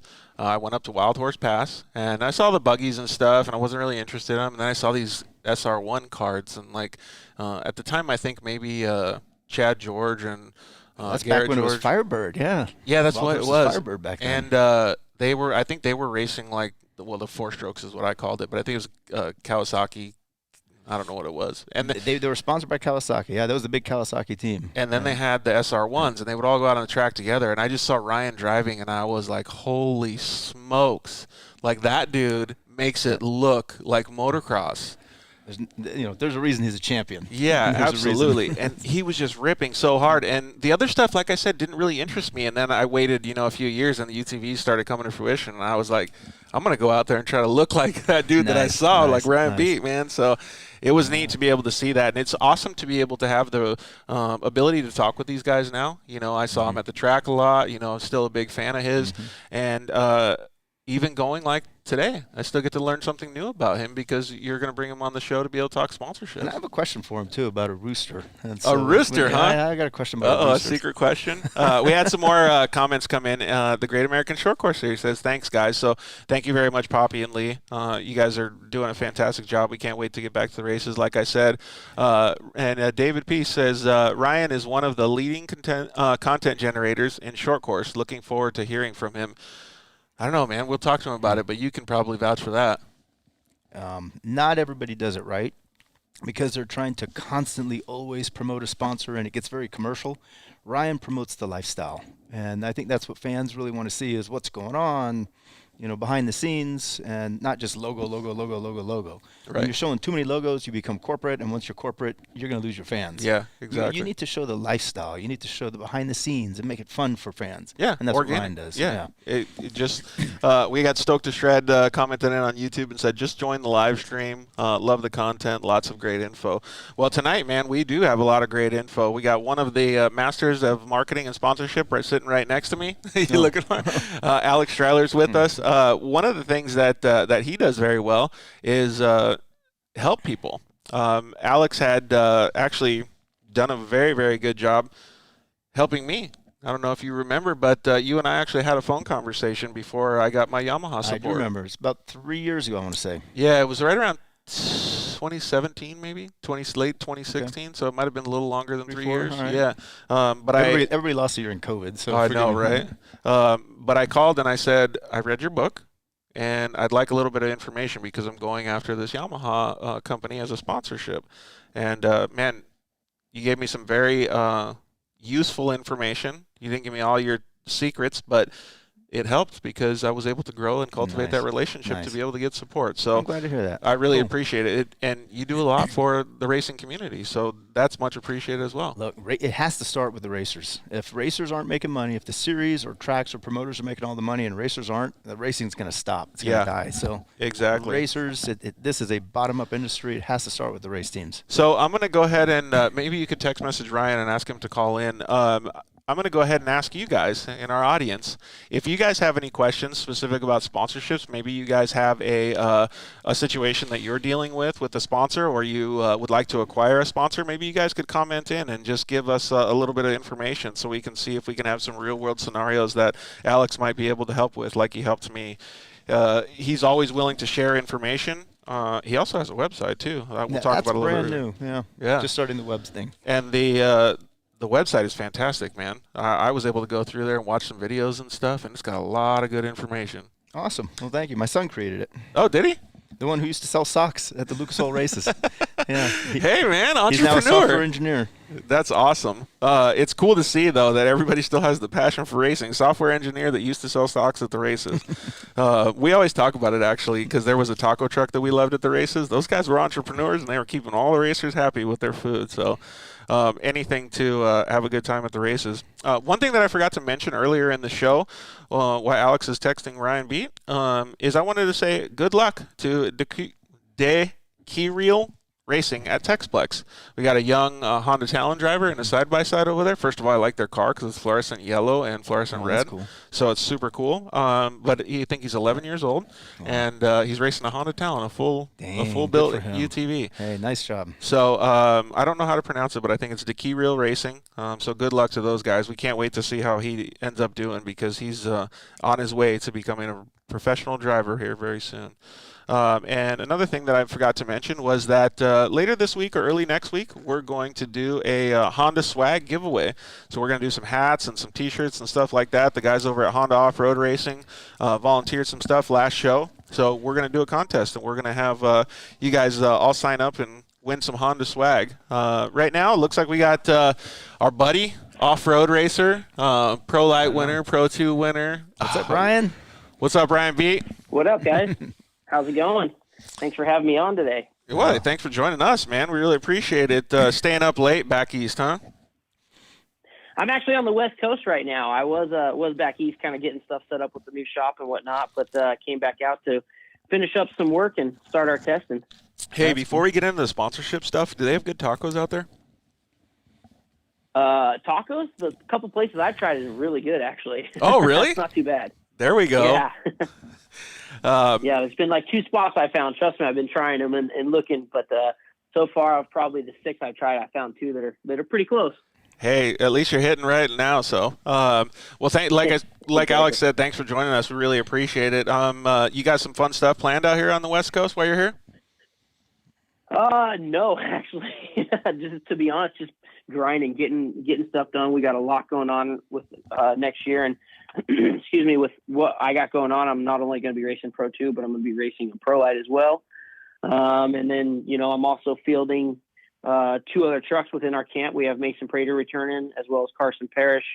And right now I'm building 2 other trucks for up and coming racers that we have on deck to build. So I got to get all this stuff done before we get out of here. We plan on heading back to Wisconsin probably somewhere end of March and starting our testing at Crandon and ERX and Bark River and really getting those tracks dialed in for the season's upcoming races. Man, you weren't lying, Alex, when you said that Ryan hustles. I told you he's a busy guy. I actually saw you, what was it, March, April, May? It's earlier. You moved into a new house right next to my wife's cousin, like literally across the street. Really? And he had just moved in. He'd been there a few months. COVID hit, so he hadn't gone out and got to meet anybody. I introduced him to my wife's husband, or his name's Kevin, and I called Kevin a couple months later. I said, "Hey, man, have you heard Ryan? Have you guys hanging out? And you got to know him?" And he said, "No, but I think he has a rooster. All we hear is his rooster." Really? So I forgot to ask you when I saw you. I was like, "Do you got a rooster in a neighborhood?" Yeah. I got 3 chickens and a rooster, my but daughter, I'm in the country. Yeah, no, my daughter loves chickens, and Nice. it's one of those things that I can't say no to her type thing. So she wanted chickens, and of course we didn't know, when we got the baby chicks, what was a rooster and whatnot, and then we ended up with this stupid rooster that crow and wake us up at all hours. We got one too, man. I hate it. Yeah. That's all I hear. That's hilarious, man. Yeah. Yeah, it was pretty crazy. This poor rooster had to have been messed up, like got dropped on his head or something, because this dude would crow at like 3 o'clock in the morning, midnight. It didn't matter what time of day. It wasn't like just when the sun came up. This guy just wanted to crow all the time. You're like, dude, come on, I need some sleep. Yeah, Ryan, ours is the same way. I don't know. Maybe it's COVID. Maybe it's a rooster thing, because we got a rooster too. We had 3 hens. We got a rooster. Maybe we could, get some eggs going and, get some new chicks. But that damn thing all night long. I thought it was only supposed to be a sun-up thing. No. 3 in the morning. That's what I thought, 3 in the morning. Yep. I can only imagine. me I can only imagine the next time Ryan gets on the podium. Thank you very much to our rooster. Yeah. I've let the rooster out a couple times, and he keeps coming back. Really? He won't escape. He won't leave. Oh man, Yeah. trying to get rid of him. Try it. It won't happen. Oh, He likes those hens. Does that mean that your daughter's taking care of it at least? Hell no. I wish. But luckily my wife is pretty big in like agriculture, and she grew up with horses and cows and stuff like that. Basically grew up on a farm, or if you will. But so she does a lot of the chicken maintenance stuff. Me and the rooster don't see eye to eye. Oh, dude, that's hilarious. That's a funny story, man. Because it was a neighborhood, I don't know. Were you in the country in Poway when you were down there? But you're definitely in a neighborhood when you moved up next to Kevin. Yeah, no. When we were in San Diego, we were in the country, and we had like 5 acres when we were down there. When we moved up there, my daughter was not letting us get rid of the chickens or any of the animals. So, Nice. they went with us. Nice. Dude, that's hilarious, man. Well, I don't know how to like transition this conversation into sponsorship, so let's just dig right in. So, Ryan, you've been racing for a while.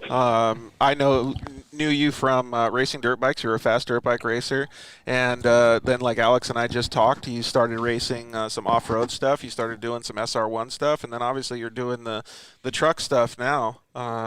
What was the kind of gradual growth? Because you already started establishing some of these relationships with potential partners in motocross, but off-road is a totally different beast.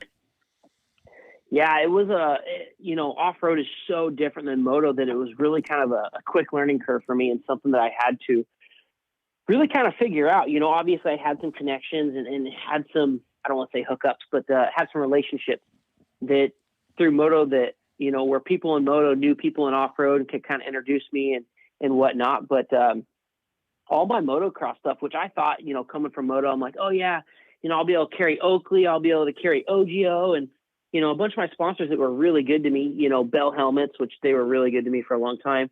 I figured they'd all, cross over to off-road with me, and none of them did but Bell. Yeah. To be honest with you, everybody was like, yo, this sport's way too different. And, whatever, it was lame or whatever their feeling or thought was, it was way different. So it was really challenging as I got into truck racing the first couple of years of trying to figure out the sponsorship game and how to correctly market myself to the off-road demographics and the sponsors and partners that are involved in off-road racing. It's such a unique beast that you have to really focus and figure out how to make yourself a value within this sport.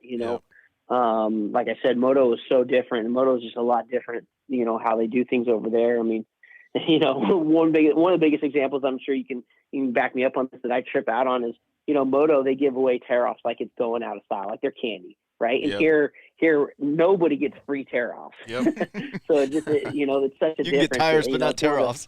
It's funny because I thought I thought the exact same thing as Ryan. And so I go into like my local shop, it's called UPR Racing, and I'm like, okay, I'm gonna get a helmet, and I can guarantee these guys are just gonna give me tear-offs like coming from Moto.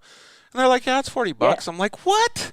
I'm like, $40, and he's serious about it. He's like, you're gonna need like 3 or 4 of these for like a weekend, and I'm like, shit, man. Wow. Yeah, so you kind of know where I'm coming from on this, but it was totally different. So I really had to buckle down and start figuring out.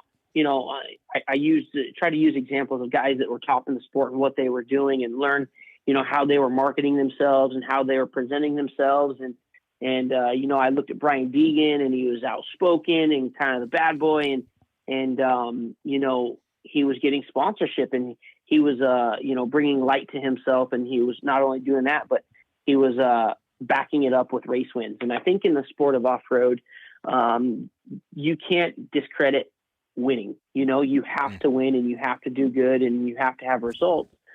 But that's just part of it. I would say that's probably 75% of it, but the other, 25% of it is, being marketable and being a professional, marketing yourself correctly to the right brands and to the right companies. That's what a lot of it is. You got to be able to relate to that brand and really become a value to that brand, because if you're not, they have no reason to give you money. One of the biggest things I hear people doing is, they're in their pitch, or, what they're explaining to do is the fact that, hey, if I get this money, or if you sponsor me, I'm going to do this. And from what I've learned, sponsors don't want to give you money to do something. They want to give you the money to do something that you're already doing. Exactly. I hear the same. Well, if I get sponsorship dollars, I'm going to go buy a semi. Well, they don't want to know that they don't want to know that you're using their money to acquire assets. Right? They don't want to, okay, you bought a semi because, we gave you a bunch of money. No, you need to go, it's about creating value for them, not value for you. Yeah. Right. Exactly. So, for me, it was never about, hey, how can I build something, off your dollar? It was, I had to go build it for myself, and the people will come type thing. And that's what I've tried to do my whole career is I'm going to build something. And with or without the sponsors, I'm going to find a way to make it work. If I got to go mow yards to find an extra $100 a week to go race on, that's what I was going to do. And that's what I did when I first started racing SR1s. I mean, I was detailing cars. I was training kids on dirt bikes. I was doing everything I could to go race on the weekends, and racing my SR1 to the point of I finally got picked up by the Hart Huntington team, or finally got picked up and got some sponsorship. But I've tried to base my whole career off that is, I'm going to build it and they'll come. I'm not going to try to build something off someone else. I'm going to build it myself. And if you want to be involved, great. If you don't, I'll find someone else who does, I'm going to do this with or without you. So do you want to be involved? It's going to be a great opportunity. Here's what it is, Yep. And it seemed to work out pretty good for me. I've tried to be a good brand ambassador, to many of my partners and really try to create value for them. And not only just creating value, but creating that B2B relationship where people can create business out of it. I mean, let's be honest, they don't want to give me money to go racing unless I'm selling their shocks. So how do I go and create B2B business amongst not only other businesses and other partners, but to collaborate and work with Bilstein to sell more shocks or to sell more tires or wheels or whatever the product may be that you're being sponsored by, is really trying to create more sales for them. At the end of the day, they want to make money, and you are just a marketing asset or tool to that business or brand. Whatever you're doing, it's working out, because Steven said that they have a back order on shocks right now. They're all sold out. That's awesome. Well, that goes back to one thing that actually I learned from looking at your website, alexstriler.com. Shameless plug right there. But I went on there last week, and what Ryan's talking about is business to business and growing the business, right? And Ken Block, actually, when I was listening to one of the conversations that you had with him, said if you don't know anything about business, it's fine, but you should, because it'll help you immensely. And Ryan's talking about direct relation to that. Same thing. Yeah, it is all about business, because the sponsors, a sponsor is a division of a company's marketing department, and a marketing department is there to generate sales. So, you have salesmen that are giving the product to the end user somehow through distribution or direct. But then you have the marketing department that's creating the demand, and sponsorship is part of that. So it's part of a business. 100%. A lot of people think sponsorship is just free money, throw money out there. Oh, let's go racing. Ryan knows that's not what it's about. Let's put a sticker on a truck. It's about becoming an extension of a company's marketing arm in areas where they don't reach either geographically or demographically, because you are there, like Ryan just said, a brand ambassador to a company in a market that they don't have marketing directors that are going to events.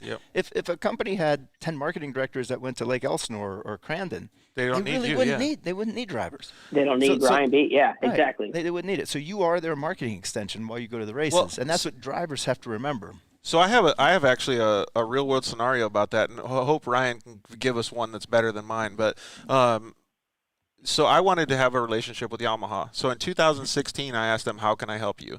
And I started, talking with some people in the recreational vehicle department. So is the Rhinos, not the motorcycles? I remember this. It was the YXE. Okay, yeah. And I already had a couple sponsors that were helping pay for the racing and getting me to the races and stuff. So I was doing okay, but I really wanted to go to the next level, right, and start getting help from Yamaha. And so I asked them, I said, what can I do? And they said, well, you know what, George? Lucky we actually have one of our factory drivers is not going to be able to make it to a trade show. Would you like to go to the trade show and bring your race car? And I said, sign me up, like whatever I can do.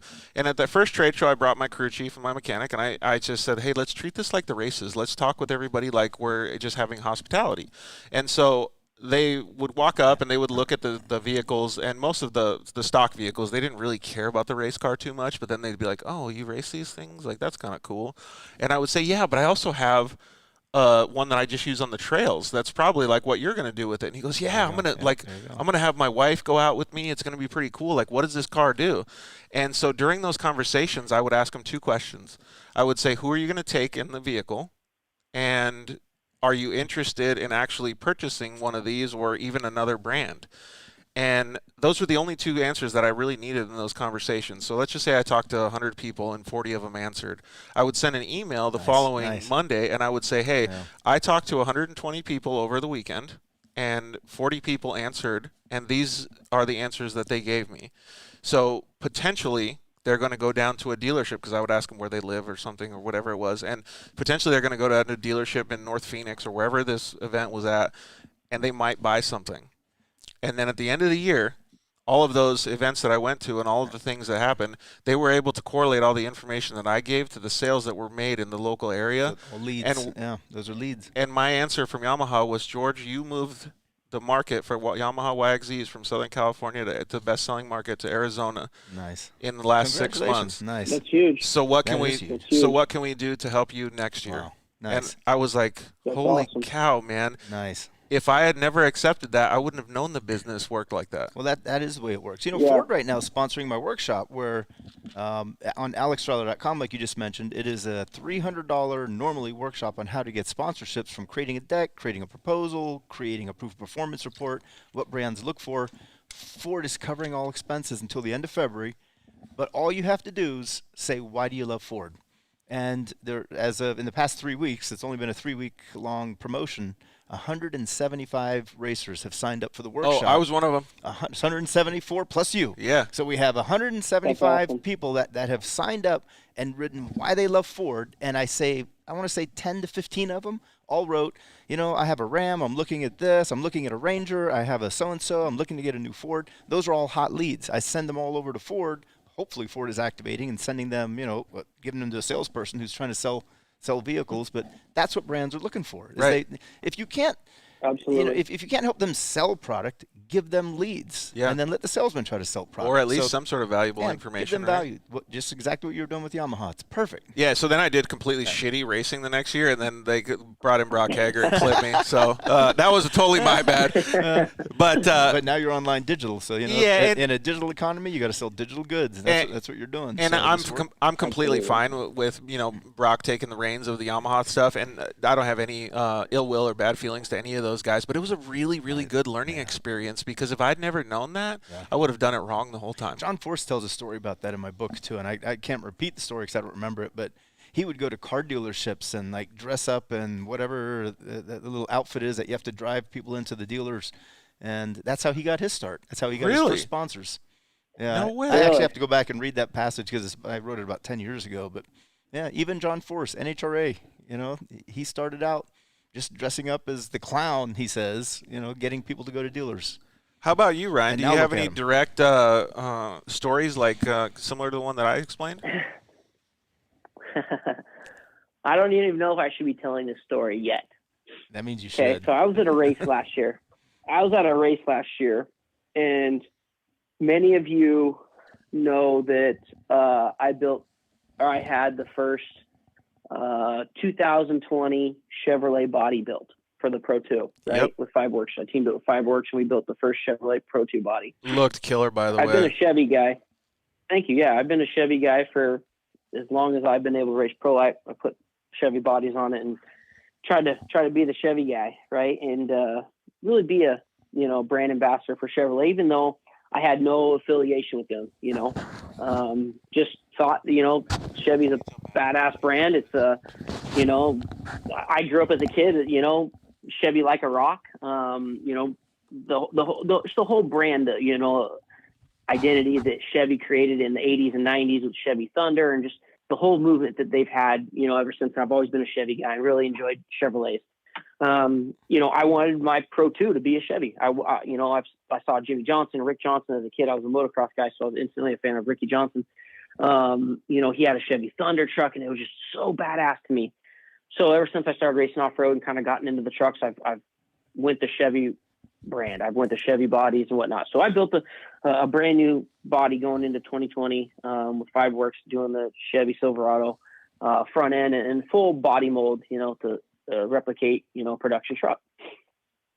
So I'm at a race, and we had a pretty good weekend going. And a gentleman walked up to me, just normal looking guy, walks up to me and man, normal looking dude, just not a fan, not just extra, fully regular. He wasn't from California, I guess. just wasn't from California. Just a normal fan. Walks up to me and says, "Hey man, it's a great looking body." And I said, "Thanks, man. Wanted to do something different. Everybody runs Fords and Toyotas, and you see some of that, but nobody runs a Chevy." He's like, "Oh, really?" I'm like, "Yeah." So I told him the spiel about how we built this one-off Chevy body with Fiveworks, and we started making them and done 4 or 5 revisions and molds and get it more like the OEM body. He's like, "Wow, it looks really good." He's like, "What motor do you run?" I'm like, "Chevy, man. I'm not going to put a Chevy body on a Ford or something funky like that. I'm gonna run a Chevy motor." And I'm like, and there's a lot of other things on this truck that are OEM based from Chevrolet. We run a Camaro fan, radiator fans on it. We run a Camaro alternator, some water pump stuff, and we actually run a lot of OEM stuff. And he's like, "Oh, cool." I'm like, "Hey man, come in. You can come check out the truck. No worries." So he walked through the pit, checked out the Pro 2, checked out the Pro Lights, and I showed him what we were doing with the LS package, base Pro Lights, and really showed him what we had going on. Just spent some time with him, and him and his wife are very nice. I gave him some hats and some shirts and told him have fun. So I went out and won that next day. About a month later, I get a call from a gentleman who is the head of GM Propulsion and Performance. Was that Jim Campbell? General Motors. No. Oh. A guy by the name of Russ. Right. Excellent. So, so he is the head of You never GM. know who you're going to meet. You never know who you're going to meet, right? Just a regular guy? Yeah. Yeah. He's a normal guy. Just a regular guy, cruising through the pits. That's and, a great story. Turns out he ended up being the head of GM. Wow. And, GM Propulsion. And I now have a partnership with GM and Chevrolet. That is awesome, man. That's those types of things, like when they come to fruition, first of all, it's killer, right? But you gotta take every single thing that you do. I don't want to say professionally, like you got to be like the business guy, but you got to take it with an understanding of everybody else means so much to the program, whether he was just the full fan guy or the head of GM Propulsion. Yeah, that's important. Is when a racer is performing not just on the track, but as soon as you're in that compound, you're in the pits. As soon as you have your suit on or a logo on, you're working, and you're working for your sponsor. You're working to win. Obviously, you want to win the race, but we are also working. It was so crazy. I I was literally just standing there, normal That's shorts awesome. and t-shirt on, just hanging out with the guys, while they're working on trucks in between, qualifying the main event. And Nice. just a friendly gentleman came by and I was just trying to be friendly and have a good conversation and kind of, he had, obviously a passion for off-road or else he wouldn't have been there, so tried to spend a little time with him and, it turned out to be something pretty amazing and That's very, awesome. very special to my program now that has forever changed my program. I'll put it that way. Yeah, dude. Well, Good for you. First of all, you work hard for everything that you get, but congratulations on that one, man. That's good. Hey, I wanted to ask both you and Alex. So to go on the exact opposite end of the spectrum than that, like we've said on this show a million times, never ever throw your helmet. And everybody has that angry race, right? Everybody has the angry race where they get back to the truck and, oh, F this, F that, the car is sucky, like I drove like crap, whatever it is, that guy took me out, and you throw a temper tantrum, right? Everybody has those feelings. But it's so bad if you do that. It doesn't matter. Just happened at Daytona 500, right? Yeah, right. It doesn't matter if mom and dad see you and they understand. It doesn't matter if you're a kid and that happens and you see it. But if somebody sees that, it deteriorates all of the things that you've worked for. Yeah, it does. Well, you're a brand ambassador, so you're an ambassador to the brand, and you are representing them. And when you're throwing things and you're throwing a little hissy fit, then the brand is throwing a hissy fit, and that's not how most companies want to be represented. Yeah, absolutely. Obviously. So that's absolutely not. And it's one of those things. I'll be the first one to admit I used to be one of those guys. I used to get pissed after races, and I mean that's part of how I got the nickname Rowdy. I get rowdy in the in the pits with people. I get rowdy on the track. It just isn't the correct way.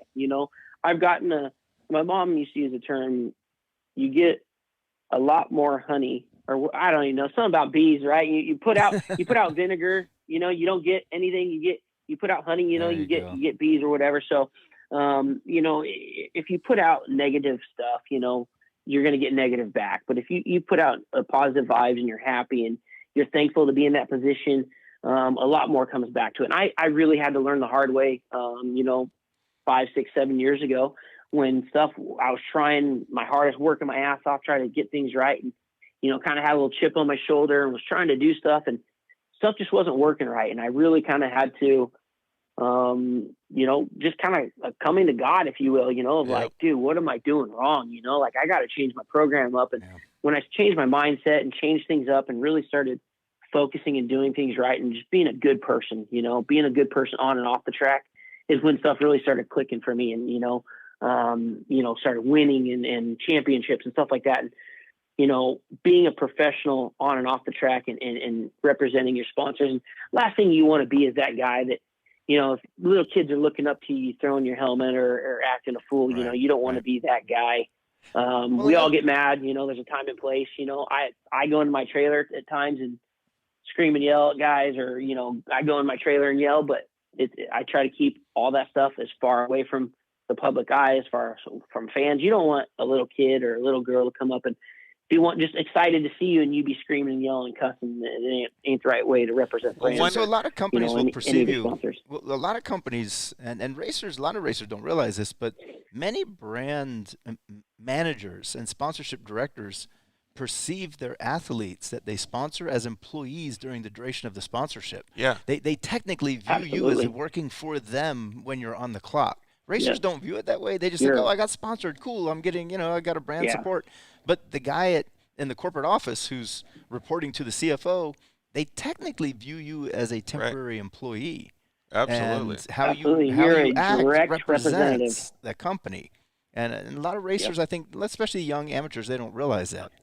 Well, one of the things that I think Ryan does good, though, is like he's talking about he had to transition, right, from getting his nickname Rowdy to being a little bit more professional. But he never lost the authenticity that he has. When he gets up on the podium, if it was a race where he came back, from last to first or whatever it is, he still has that enthusiasm or he still has an understanding of what the fans will want to hear. Like if he was banging bars with somebody and it took a while or took him out, he will still say it, but he'll say it in a professional manner, but he'll still show the enthusiasm or anger. You can feel his energy. Yeah, absolutely. You can feel his energy. It's super cool. Yeah, agreed.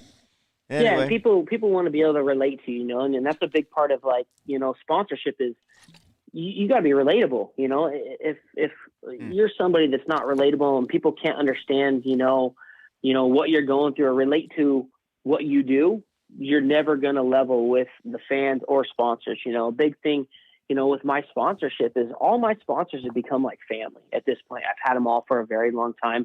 We all work very well together. And it's one of those deals that you don't get to that point without relating to not only the brand, but the employees there. I mean, one of the big things I like to do is I go to all my sponsors at least once a year and I drop off a bag of goodies, shirts, hats, spend the time, hanging out with a lot of the employees, signing autographs, whatever, yeah, I may not think I'm that big of a deal, but to a lot of these people that work, daily, I have people from Competitive Metals that message me that they're so proud and they're pumped to work at Competitive Metals because I represent their brand, Yep.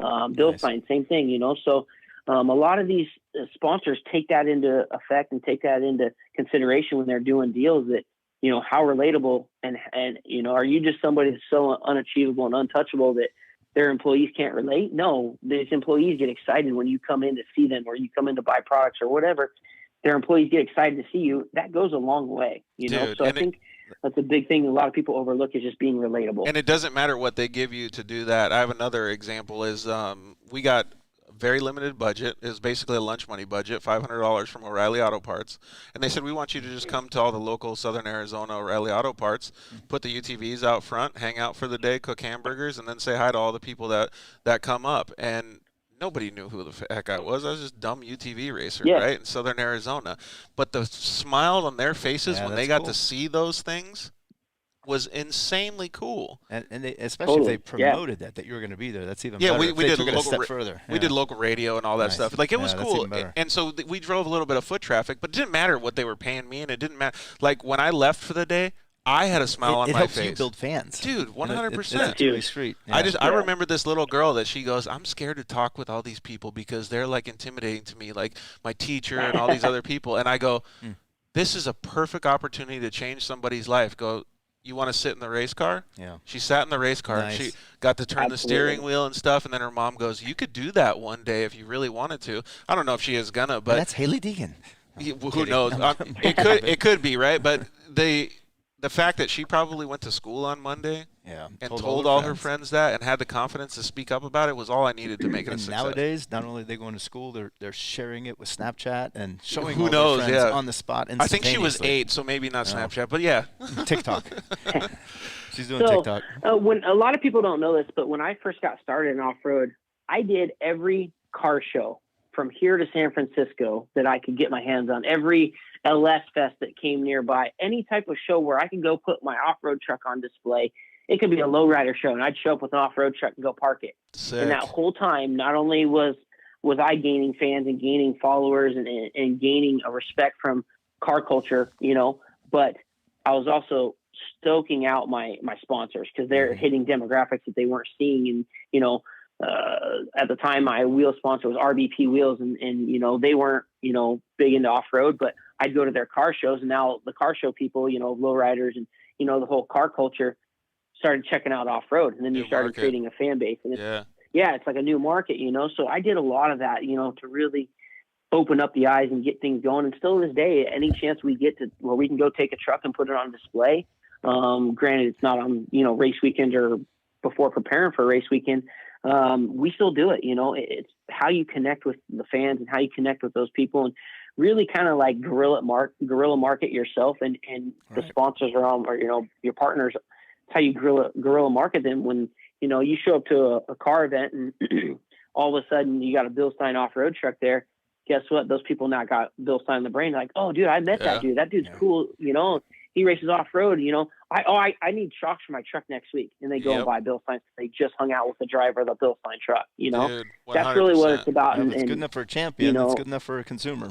Hey, Ryan, Ken Johnson commented in and said, Ryan, love to see the growth, like what you're talking about. You're a championship on and off the track, so way to put in the work. So we all know Ken, so thanks, Ken, for commenting in. Yeah, thanks, man. Hey, we had but for sure. No, it doesn't happen overnight. One of our listeners commented in and said, why the move to the East Coast? To be honest, obviously as my business keeps growing and expanding, there's a need for help. workers, and people and employees and that type of thing. And I've really struggled to find good help here in California, in Southern California. It's almost, I get bummed at times because I almost feel like racing isn't cool anymore on the West Coast. Like if you're a millionaire and sitting on a yacht, then you're cool. But I've struggled to find help, and you can only keep building a business. You can't do everything yourself, and you have to have people you can trust and have workers. So we've really struggled to get people to come work, and I want to keep expanding our business and growing. And, I thought, what better place than to go to NASCAR country? There's more technology and motorsports there than anywhere else in the world. They got an abundance of fabricators and crew guys. And then, people that love racing, people that enjoy to go to the races, that aren't just doing this for a passing of the time. This is what they do, and that's what they love. And that's, to be successful in racing, you really have to have those type of people involved, not only from sponsorship side, but the guys working on your race cars. So for me to keep growing my business and expanding in the direction that I want to go, it really made the most sense of not only technology wise but getting enough crew help. I don't see my program is stopping anytime soon.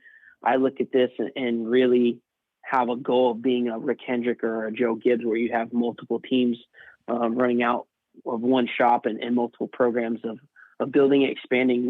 I don't want to just be a champion. I want to be an empire, and that's really what my goal is set I want at. to be an empire. That's Oh, awesome. I like that. Yeah. Nice. Dude. So really focus on that, and obviously just a better situation of living. For my daughters. I have 2 little girls now and a family, and want them to grow up and be able to go ride quads in the country and go shoot guns and just grow up the way I did. With a Or rooster. California was maybe 20. Have a rooster, yeah, right? with a rooster. Mike Garcia chimed in and said, "Amen, Ryan." Yeah, hey, we got to let you go because we have Matt Martelli calling in, but we really appreciate it, dude. And Who's that? we really wish you the best of luck, man. I think that the statement that you just said is he's paving a new way. He's on the forefront of what off-road can actually be, right? Like, so he's really starting to grow the sport and create his empire. I think he's doing a fantastic job.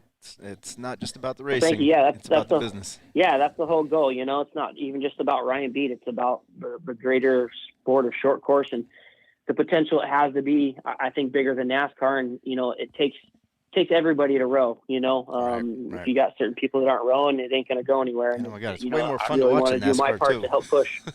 Way more Yeah, fun. absolutely. Way more fun to So, watch.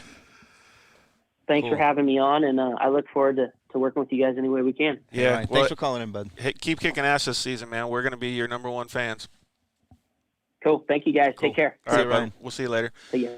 Man, thanks to Ryan Beat for doing that. We missed Matt by a couple minutes. I don't know if we need to let him know that he can call in now. Okay. But it's so cool to see when you have I don't want to say it's a fresh perspective. It's because it's not like marketing in motorsports has just started happening. But it's really, really neat to see the way that he operates because he really is next level, in my opinion. He started with motocross, so he understands entertainment. And it's, entertaining fans, and he understands the endurance aspect and bringing in sponsors that are relevant. And he tried to cross them over. I called it moto crossover in my first book, where motocross racers crossed over into 4-wheel racing and brought their sponsors with them. And Ryan tried. It didn't quite work out, he said, except with one. Would have been great had Oakley and the others followed him back in the day, as they have some others now. But we see the energy drinks coming in. We see the action sports brands coming in. And I think Brian was one of the very first to do that. To start with that sort of personality of coolness, if that makes sense. He did a really good job, and he still does a good job to this day. I'd still have a weird feeling about this rooster, though, right? Just when our cousin Kevin's like, yeah, it's a rooster. I get just rooster all day long. So was he mad about it? He wasn't happy. This rooster's keeping me up. That's hilarious, man. That's a good story, though. And how funny is that the story was related to you, too, because it was him. Oh, man. I got the same issue with our rooster. He is doing a fantastic job. It looks like we got Matt Martelli on the line. What's up, Matt? How are you, bud? What's up, brother? How you doing? Hey, Matt, how are you? We're doing good. Alex and I just got done talking with Ryan Beat about some of the stuff that he's working on, man. So we're excited to talk with you about, well, you want to talk about the Mint 400 a little bit, but maybe some marketing stuff too. Yeah. Let's start with the marketing stuff. That pays the bills, right? Man, Matt and I were on stage. What was it? X Games 10, 15 years ago at some event. We were talking about sponsorships, and that was way before. Now look at you guys. Yeah. Say again. Now look at you guys. Now look at Matt. Matt's he's the man. Dude, it is pretty cool that he's operating these races. Last time I saw Matt was actually at the UTV World Championship, another race that he runs. Yeah. So it was pretty cool that he was able to get that race coming back in 2020 when everything was shut down. Yeah, I got to give that one to Lake Havasu. They were great to work with. So, it's all about where you're having your events and the city and the state and down to the locals. So we're stoked to pull that one off, and actually looking forward to another one this October, which will be a little bit longer. It'll be the long course 60-mile loop, so people will be able to stretch their legs a little bit. Hey, am I supposed to be the total racer guy and chime in here and be like, dude, I already got 2 flats. You're going to make it longer, so I'm going to get more flats? Well, yeah, I'm sure you can attest to being as a racer. You don't want to race the same stuff over and over again. Dude, honestly, I came off the track and I was like, dude, it was so much fun. I wish I had 3 more laps. Sponsors want new locations too, so you're doing great. Yeah. No, that was a true UTV course.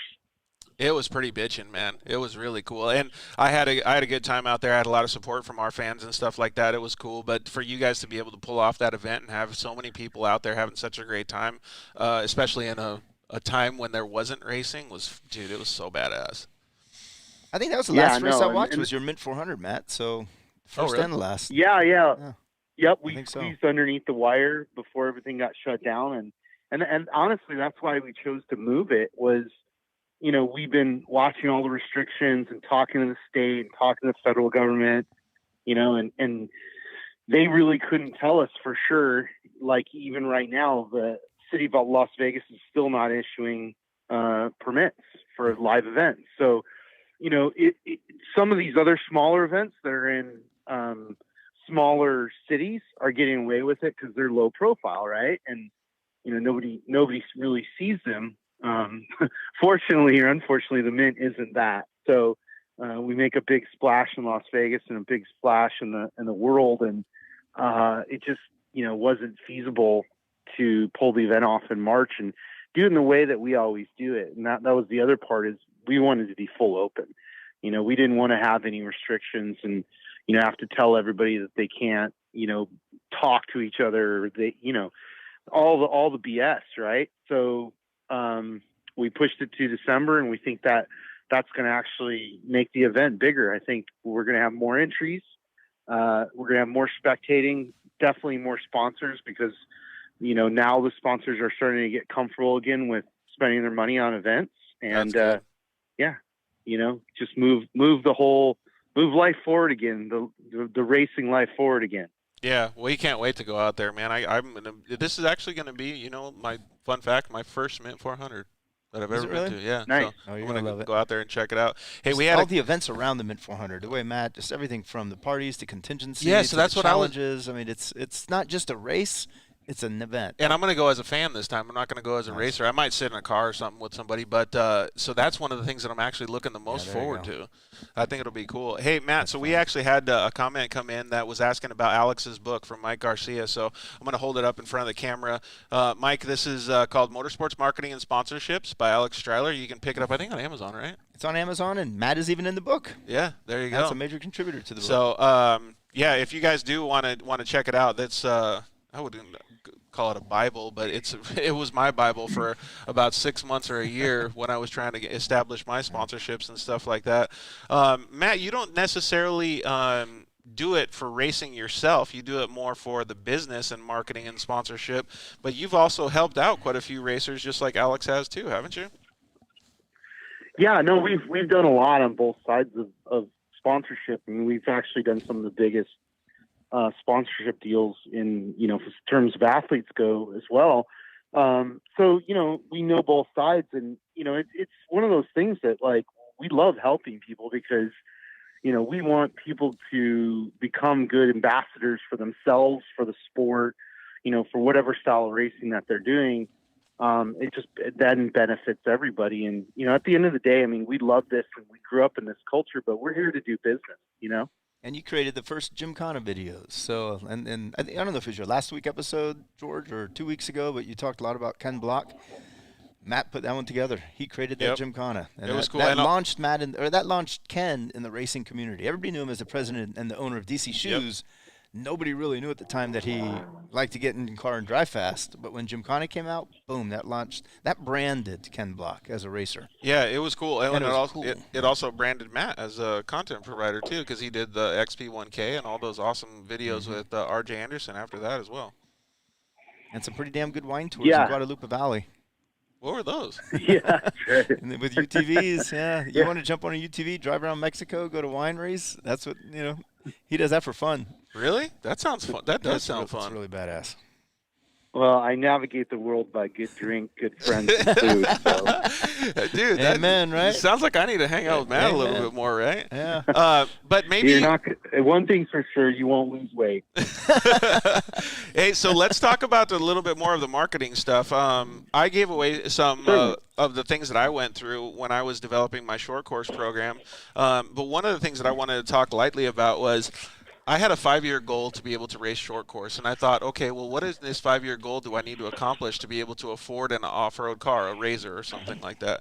So I started racing, like doing endurance races on bicycles, and I had this goal, and I started getting money, and then finally I got a company called Supercuts. They cut hair, and they were able to pay for half of my first Razor. Oh, you did the Supercut deal? Yeah. Oh, I didn't know that. That's cool. And I was able to get them. I started locally, and then I got regionally, and then I was paid by Supercuts, the corporation. So I grew that, but they were able to pay for half of my first Razor from the UTV Wolfpack. Right on. And I would like to hear from you and Matt about maybe some situations or maybe some people that you've helped with that have those same goals and longevity to be able to do these kinds of things. Well, it's, so probably the best longevity story I have is there's this guy named Carl who 25 years ago knocked on the door of an oil company and said, if you give me some free oil, I'll put your logo on my race truck. Yep. And Carl Rennerzetter had a 20-year career with Lucas Oil that at the end was almost 7 figures. That is amazing. It started out with just product, and it ended up just shy of $1 million a year. That is the whole phenomenal. Program.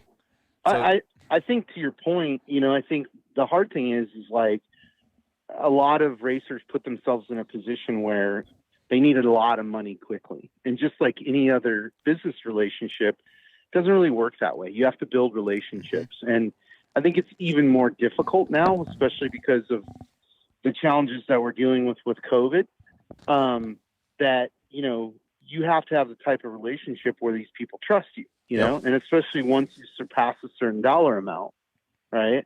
And I could tell you that all through my business career, one of the things that we've always done is, under promise and over deliver. And that built our reputation. And now, as I call people now and ask them for literally hundreds of thousands, if not millions of dollars, they know that I'm contract or no contract. They know that I'm going to fulfill it. Right.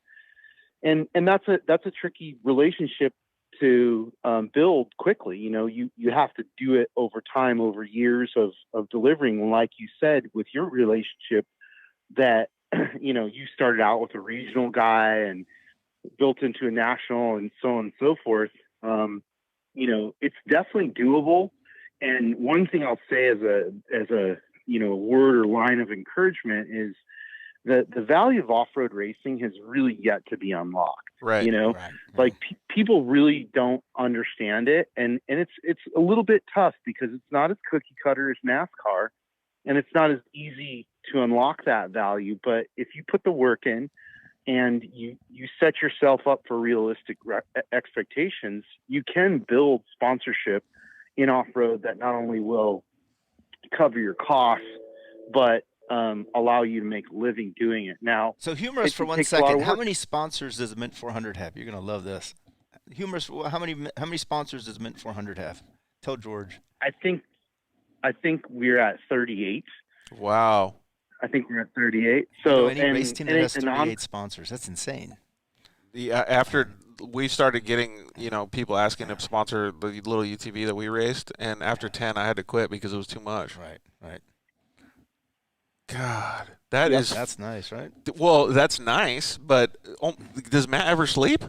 No. In fact, he doesn't never not work. I've never known Matt to ever do anything other than Oh, hey, drink nice wine shirt, and by the way. fun. Oh, yeah. I got a Dirt Coast shirt on, Matt. Nice. Thanks for the plug. But it's a lot of work.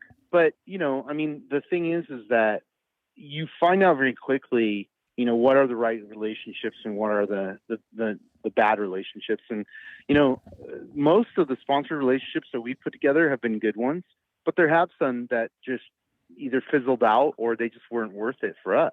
Or the company changes direction or something, yeah. And marketing directors change. Yeah, usually, number one reason the sponsors leave or quit or don't renew is because they change personnel. Yeah. The new people just don't get it. They have other, friends that they want to sponsor instead, or other relationships. And I was making fun of myself when I said that Brock Hager took over the Yamaha thing, but the reason that my Yamaha deal ended was because all the 3 guys that I dealt with moved to KTM. And aren't you Polaris now? Yeah. No, I'm not anything. I'm a free agent right here. Hey, so anybody that's watching, maybe Polaris now. Okay. No, I just enjoy enjoy having fun as the quote unquote media guy now, I guess you could say, right? But I'm down to drive and go out. The Boxo guy. Yeah, the Boxo guy. I'm down to hang out and drive a Polaris or whatever it is. In fact, Polaris plug for Matt as well. I got to drive Craig Scanlon's Polaris RS1 at the UTV World Championship. That was fun. Damn. Nice. Yeah. No, that's awesome. That's a great. Which car was it? Was it a new car or his old car? He gave the me. Jimco? No. I didn't drive a desert car. I just drove an RS1. I think it was like a 2019. It was like his son's car. So it was just a stock RS1 that he had in his garage. We went for a bike ride, and he goes, "Dude, you're gonna be pissed if you don't race the UTV World Championship. And how about you race the RS1?" And I was like, "No, I'm not gonna do it." And then I called like Justin over at Shock Therapy and a few other guys that I'm friends with, and they were like, "Dude, you got to do it. Those RS1s are like a motocross bike." And I'm like, "Okay, fine." They're super fun. It was, man. It's honestly one of the best UTVs that I've driven. It was so like agile and just like it was no turbo, and it was still so fast. Yeah. No, it's a fun platform. It's the sports car platform of UTVs. So let's go back to the stuff that we were talking about with you and Alex. Like, the Mint 400 obviously has a lot of sponsors, and you have to negotiate and handle all those sponsors. Maybe you could give us a little bit of an understanding of how can you do this? Maybe you could relate this to a race program, but Alex was talking about earlier about the difference between a deck and a proposal. And Sure. I think the next thing that we're going to probably want to touch on is laying the foundation to keeping that sponsorship going and having longevity out of it. Proof of performance. You got to be able to show them what you did. Yeah, I mean, look, I think I'm going to use a dumb analogy. It's like dating, if you're not going to put in the time, it's not going to work out. And not every girl that you meet, or guy, depending, is going to be the one. And so the hardest thing I feel with sponsorship is, first off, finding out what they value, right? Because I pitch people every day, right? And a lot of the pitches are just like, "Hey, what about this?" Right? And then I'm expecting them to come back and say yes or no, or we want, for an example is, like, I just dealt with a company today, and they said, "Hey, we love it. We want to be involved in the Mint 400. We can't send any staff. We want content," right? So I took the package that we normally send to everybody, which includes, on-site activation, this whole list of deliverables. And I just went, okay, now you're not going to show up. So we're going to push all that value over into content. And I sent it back to them, and they loved it. And they're like, "This is great. We'll do this." Right. That's awesome. So that's the tricky thing, is getting them to be comfortable enough with you to where they tell you what they want. Right. Because then you can give them the value that they want and not have to, basically BS each other. Then, like Alex was saying, post event, you have to follow up and show them or remind them of the value that they got. Because in many ways, a lot of the value for sponsorship of motorsports is relatively intangible, So, a week after an event, nobody, like right now, does anybody care who won King of the Hammers? Yeah, that's a good point. It's gone. It's like gone and forgotten. It's only a week away, right?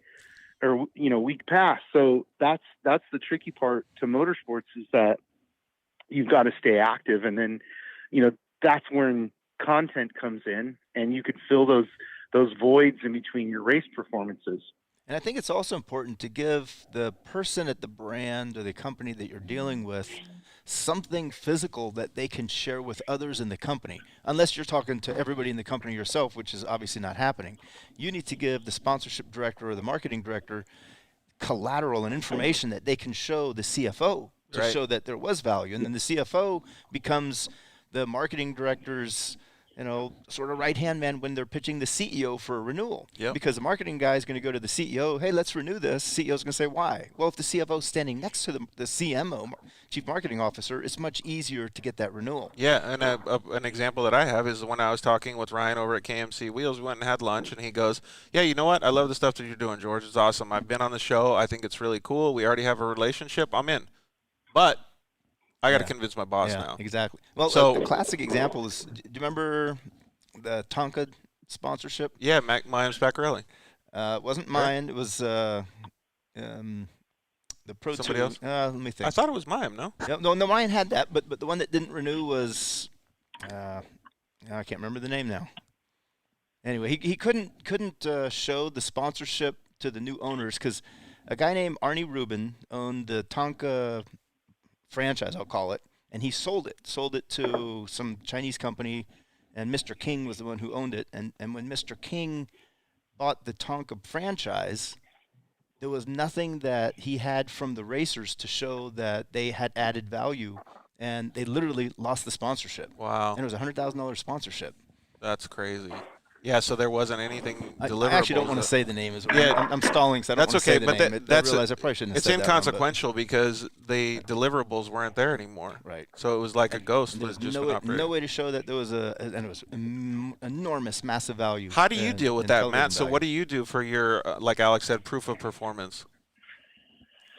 So we, for social media, we do a lot of measurement, and show people, like, this is the level of engagement, this is the level of reach. But one of my favorite things to do is to create one sheets and to distill everything down into visuals that in one sheet, somebody can look at and go, oh, this is all the stuff. This is the value that I'm getting for the Mint 400. Okay, we're in, right? Because, and Alex can attest this, you can probably attest this. Nobody wants to look at these 20-page reports. No. You know what I mean? Yeah. We've all got plenty of stuff to do. So, just get to the point, show them the values, and either they're going to value it or not. And like I said earlier, the best position you can put yourself in is to have an honest conversation with them about, what they value. I mean, for every company that values content, you'd be surprised that there's a bunch out there that don't, because they have no way of activating on it or quantifying it. That's a good point. Yeah, it really is. It kind of goes back to the way that you were talking, Alex, like Monster Energy doesn't need any more content, right? Like, they don't need any more brand recognition. Like, if you give them something new and unique and different and cool, they'll take it. Right. But if you give them more of the same old thing, they don't need it. Well, content is content, right? So, I mean, there's Gymkhana was cool. Yeah. That was different. That was unique at the time. 100%. But if you give them a Gymkhana now? No. Yeah, it doesn't work. It's already old. Exactly. Hey, so we have a couple of comments that came in. Performance-based, you need to win. I don't know that that's necessarily true. But it helps. Yeah. You're representing sponsors when you're racing and when you're not racing. You're representing them off the track as well. So, you represent all the time. Yeah, and it's an interesting discussion because a few months ago, I did this exercise with Hookit, which is a third-party measurement group. And they measured Sponsor House? Yep, that's right. They measured all the motorsports athletes basically in the world. The F1 guys, like everybody they could get their hands on. And Ken Block was still far more valuable than the top F1 guys. Mm-hmm. And that's strictly on his social media value and his marketing value versus, he hasn't even competed in a race in years, right? So yeah, I think performance is part of it, but if you don't, you can be like, I'll pick on the GOAT, Rob Mack, right? Like, the guys still can go out and win any desert race, any short course race, right? So why is he less valuable than BJ Baldwin, who hasn't won a race in 6 years? You know, in right? the olden days. And then that's. Yeah. Well, keep going, Matt. Sorry, I thought you were finished. No, that's strictly, their social media values, right? And I've spoken with people that are high level, and Matt knows these people. You probably do as well. I'm not going to name names, but high level people at Polaris or any of these other companies. And I say, what are you interested in? And it's a one word: eyeballs. Yeah. Well, in the olden days, before social media or before widespread internet media that we have today, the winner is the only one who got the media recognition. The winner got all the exposure, all the visibility, all the magazine articles, all the news write-ups. Now you don't need news or PR. Now you create it yourself. You don't necessarily have to win to get into the media. You can create your own media, and that brings up a good question. Has changed. That brings up a really good question for both you and Matt, though. Like, let's just say you are little Johnny in a trophy cart, and you want to start, getting your content out there, getting race wins up there. How do you do that? Because you don't have the ability to sell sponsorship because you only have 200 followers or whatever it is. Like, where do you start? My 16-year-old son created a video. He put it on TikTok the other day. By the end of the day, he had 58,000 views on a TikTok video. No shit. 58,000. My 16-year-old son made a funny video, and think about it. Now, had that been 10 years ago, nobody would have saw it because there was no reach through media, especially through social and online direct. Now, what you need is a trigger. What's the trigger that's going to cause people to share, which causes things to go viral? And the trigger for Gymkhana was that it was cool, it was unique, it was different, it was artistic, it was creative. We never saw that before. Now we're starting to see a lot of cool things. So, yeah, you might win a race, but that doesn't mean you're going to get the most media anymore. The person who has the most unique content will get the most media. Yeah, so I guess it's a balance, right? You almost don't need to be a champion anymore to get the big money. You just need to be creative. That's what we were talking about earlier, is that this is the world now we're entering where I think creative people have an advantage over the logical, methodical people. It's a right brain world now, no longer a left brain world. Well, back to your question of, like, where do you start? I mean, you have to treat it like a business. And I always use this analogy of stacking bricks, right? Like, if you're, going to invest in your brand, then you need to go, okay, here are the things I'm going to do. I'm going to pay for video content. I'm going to pay for photo content. And if you can't afford to pay for it, you do it yourself, right? And there's plenty of people out there that are self-producing that, are producing amazing content that gets a lot of engagement. Yeah, and it doesn't have to be a masterpiece, right? It just has to be something that people want to see.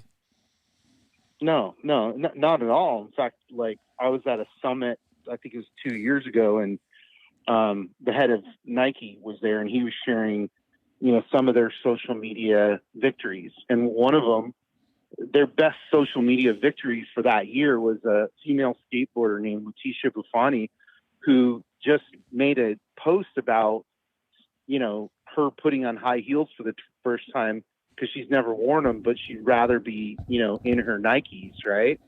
And that, because it was authentic and it spoke to young women and it spoke to young men, it went crazy. And so that was their most valuable post of the year, not their soccer players, not their basketball players, a girl that frankly they weren't even very much paying attention to. So, I think that there's plenty of space, to do new things and to be creative, and just, you have to build your brand. If that's what you want to pursue, then you have to build your brand and you've got to work at it. And, I hate to say this because it's shooting me in the foot as a content producer, but it also has to be authentic. It can't be, from a third party. You have to have your own voice, and people need to know that it's you, like at least a chunk of that content. Because if it's not authentic, people aren't going to. They know, all the cheese ball, like, drinking the energy drink 3 times in a week post. Like, you know what I mean? Yeah, Come on. that's not real. That's not. Well, see, the role of champion is changing. The role of the athlete is changing, because if you're going to win, then you're becoming and sort of you're influencing youth and people who want to follow you, and you're becoming a role model for your fans. And so your fans might copy you. Therefore, if you have a certain brand that you endorse, your fans might follow and like that brand because you're a champion. And, well, if it's good enough for champion, it's good enough for me. But you don't have to be a champion to endorse a brand anymore. Yeah, that's a good point. And actually, you just have to be a media content creator. So one of our guys that just commented in, he said, David said, look at Danger Boy Deegan. So when I think of Danger Boy, first of all, I think of Brian because he's more of our age group. But the first thing that comes to mind for him in my head is when he did a backflip on a little bike. That was insane. It was super cool, but that's where he was built, right? And then all of a sudden, KTM is getting recognition for it, and all of these other, I know the brand ambassador for Thor, his name's Josh Shorter, and he's getting recognition for it because he is helping him out. So those content things, I know the kid can win. He shows it on his social media, right? For sure. But I don't think of him as a champion. Like, I think of him from that. His role is changing. The role of athletes are changing with social media. Right. Because in the past, you had to win to get the attention. Now you don't have to. Now you get the attention for being who you are and being authentic, like Mac's saying. Are there any brands that, Matt, that you know that all they accept is winners? I think that ship's kind of sailed. I mean, there might be some holdouts, brand like Alpine Stars or, some that are very race centric. But very few. I think now people are realizing, like, and again, I'll give Ken Block a lot of credit for this, is that, the point of Gymkhana wasn't, anything other than to show people how awesome rally was, right? That's what it was about. We were trying to build a skateboard video with a car so that people would look at rally and go, yeah, I'm going, this is insane, right? And the same way now that, everybody else is building content about racing and all these different things. So I think that, like Alex was saying, everything fundamentally has changed. But I also think that all these brands have realized, like, it's also a huge benefit to them because, if you look at the racing brands that have infiltrated pop culture now, it's like you see kids wearing Fox and, Alpine Stars and different brands that they've never gotten on a motocross bike. Yeah, ever. They just think it's cool. Good point. They just think it's cool because they saw some reference to it, right? Now you have, inner city black youth on motocross bikes. That never happened before. That's the internet that caused that, Dude, early 2000s, Toyota co-branded a truck with the actual Toyota factory paint job that had a Fox logo on the hood. Oh, I didn't know that. Right. Wow. Yeah. Yeah. The reason I know is because we bought an old beater work truck, and I can't get the fucking Fox sticker off of it. It's like the Harley Davidson version of trucks. It's like I got a tattoo, a tramp stamp when I was younger, and I can't get it off. That's great. Oh, man. That's cool. What were you going to say, Matt? Oh, no, I was just saying that, that's the upside to it now is that all these brands that are involved now, like I'll use Monster Energy because, I was involved with them when it was concepted all the way to where they're at now. And, I believe that a huge part of their success was motorsports, and particularly off-road. And because of the visual impact of what off-road was to the world. And so many of these brands, endemic, off-road brands, even if they don't sell, a non-off-road product, they all want brand recognition, and, that's what content offers them. The beauty of the position that all the racers are in now is they're no longer constrained by the league. The old way or the old world you're just screwed because it's however big the league is, right? And fortunately or unfortunately, the majority of the leagues in off-road don't market themselves well. but the athletes do. That's so an absolute truth what he's saying, because when he's talking about the leagues, the first thing I think of is NASCAR, and they've had a gradual, I don't want to say decline because it's such a negative word, but they've been stale in their marketing efforts, right? But other, we'll call them action sports or off-road, have started to climb because they're not that same stale. So we're in 2021 now. I interviewed Matt, and I want to say, Matt, I think it was 2013, right? It might have been 8 years ago. I interviewed you for the book, and I recorded it. And a part of the transcript of Matt's interview, actually the audio version is online on my workshop. I listened to it. It is brilliant. What Matt said back then, 8 years ago, was almost like he was looking into a crystal ball as to what's happening today. Yeah, everything he said came true. Yeah, I can attest for that too. I don't want to give it away though. You guys should go check out AlexStriler.com and give him another plug. It's all free. It's all free for the next 2 weeks. Yeah. And then it goes up to $300. So you got 2 weeks to watch it for free and listen to Matt's. Unfortunately, it was a really bad audio, Matt. We were in a restaurant drinking beer, and we were really drinking a lot at the time. Dude, that's when the truth comes out. I know. You hear all the noises in the background, but what he says, it's amazing. And it was so relevant back then that I don't even think I realized that during the interview how relevant it was going to become, what Matt was talking about. Matt, we just got a comment come in that said 12 O'Clock Boys is the documentary that Matt is talking about. What does that mean? I don't know. Yeah, so he's talking about a documentary about these inner city kids that, pick up stunting motorcycles. Oh, those dudes doing wheelies, yeah.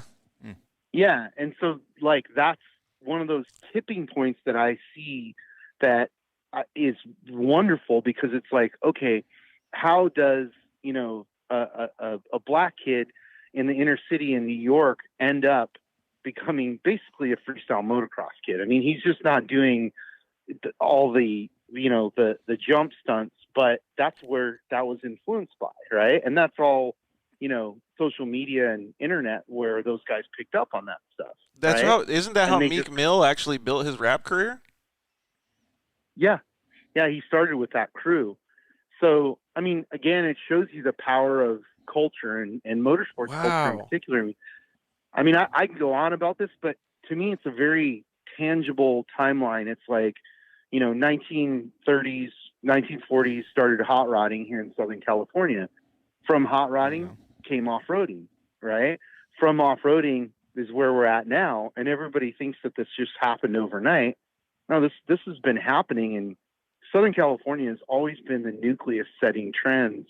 Again, the upside of having social media now is that you're not constrained by the magazine coverage or by the, how big the league is. You can go out and, be a massive success, but you can be more important than the league, like you see these GRC. things happen. Yeah. Well, let's do an even easier one. Ken Block and Rally America. Yeah. Does anybody know what Rally America is? Yep. No, they don't. So, in fact, that version of it's gone. So, I think that's the thing, is that you go back to the humanity of it, and it's like, yeah, the cars are cool, and, the vehicles and all that's bitching, but people relate to people. At the end of the day, people relate to Dale Earnhardt, not his car. His car was a vestige of him, but they relate to him. Mark Hall, when he was running Monster, actually it was Hanson's back that had the Monster energy drink, but he created Monster. He says to me once, kids don't want to be like Jeremy McGrath, or the Anaheim Stadium, they want to be like Jeremy McGrath. Right. And then I ended up changing it in my book to Mike Metzger, because we had another conversation about Metzger and it was more relevant. And I said, hey, can I change it to Metzger? And he said, sure. But he literally said, kids don't want to be like the Anaheim Stadium. They want to be like Jeremy McGrath. Yeah, 100%. That's why they sponsored Jeremy. Well, that's why I bleached my hair back in 90-something. Hey, so I want to go on a little bit of a sideways subject, because we're talking about how to go out and approach sponsors. But how do you get sponsors to approach you? Is it the same context? That's a good one. Yes. I mean, so I'm going to use Ken Block as an example, right? There was a point of, let's just call it momentum, right? where we had so much momentum from the Gymkhana films that I didn't have to pitch anybody anymore. People were just walking up and wondering how they could get involved, right? And so I think that that is it goes back to good brand building. It's like what I was talking about before. It's like, I've written a couple articles, a sequence of articles for Off-Road Racers, and you can go read them and they're all free, but it's like, spend your money on your logo, spend your money on how you look at the racetrack, spend your money on, a deck, spend your money on a website. You want to be Nike or Apple, you need to look like them, right? And just the same way you would spend your money on a transmission or the right set of tires, or all those things, you have to look at your racing as a business and go, well, nobody's going to come to you if you don't have a good sign up. Think of it like a basic store. It's like if you have all the bitchin' equipment on the inside of the store and there's no sign, you're not in business. I can agree with that 100%. Yeah, because we didn't have a semi racing UTVs. We just had a little, Yamaha Easy Ups, and we had our little trailer and all that stuff. But what we did was we made sure that we had a grass little area for hospitality. In that hospitality area, we went out and bought 2 little, $50 Yamaha Wagsy remote controls so the kids could play and the parents could talk. And we had them sitting there. And then the most valuable piece that I invested in was thousands of hero cards, because every single one of those people that went in there just wanted, nobody gave a shit if I gave stickers or a business card or whatever. They wanted those posters. They wanted your signatures, what they wanted. And it goes back to exactly what you guys have been talking about for the last couple minutes here. That's crazy. Yeah, I mean, again, both Alex and I were fortunate in that we had a lot of experiences in action sports that then we applied to motorsports. And so growing up, trying to be a professional skateboarder and traveling and seeing all these things, come to life, it's pretty easy for us to apply them to motorsports, right? It's really the same thing no matter what sport you're in. But it's making sure that you're building a brand and spending your money wisely and make sure that you look good. At the end of the day, that you can control that. You can somewhat control your performance, but like what we're talking about is you have to be a brand as well as be a successful racer. Matt had a great saying that I'm going to say for you because you haven't said it yet, but you are what they Google. Dude, you are what they Google. That is so crazy that you say that. And especially if you Google and you don't have anything. Then you better put something up. Yeah. Create something. Hire somebody like Matt to put something up for you. You got to put something up. That's nice, You are what they Google. Well, even beyond me, there's tons of people out there that'll, write an article about you, give you some sort of love on a podcast, on a radio show. So, you got to do that work and hustle. I mean, a recent person that of top of mind, she's a good driver, but she's really worked her ass off to get the opportunities that she has, Sarah Price. So, she's always hustling, always trying to find an angle, always trying to, get a ride someplace or, somehow be in the media. And she's done a really good job of it. She's stolen a lot of thunder away from other athletes who have frankly had better performances than she did. Yeah, and everywhere I turned, I used to see her. You're right. Everywhere I turned, she was there. Yeah, and you know why? Because she's constantly talking about herself. She's pushing it. You can't, and I'll pick on my good friend Phil Blurton. Like Phil, he goes and sets the world on fire, and then it's like, hey, was there a social media post about that? He's getting better, but and so those are the lessons we have to take away, and we have to go like, look, the world's changed.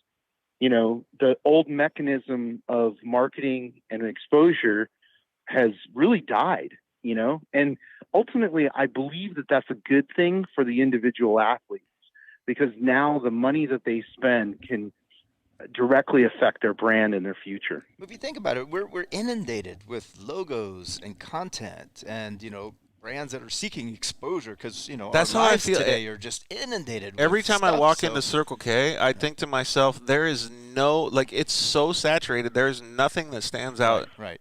Except for the one that I already know I want. There you go. It's no longer about the visibility and exposure. It's about being relevant. That's crazy that you guys, man, these conversations that you, Matt, Ryan, everybody that's called in today is making me think about stuff so much more in depth. It's a different world. Things have changed, and there's a lot of opportunity now.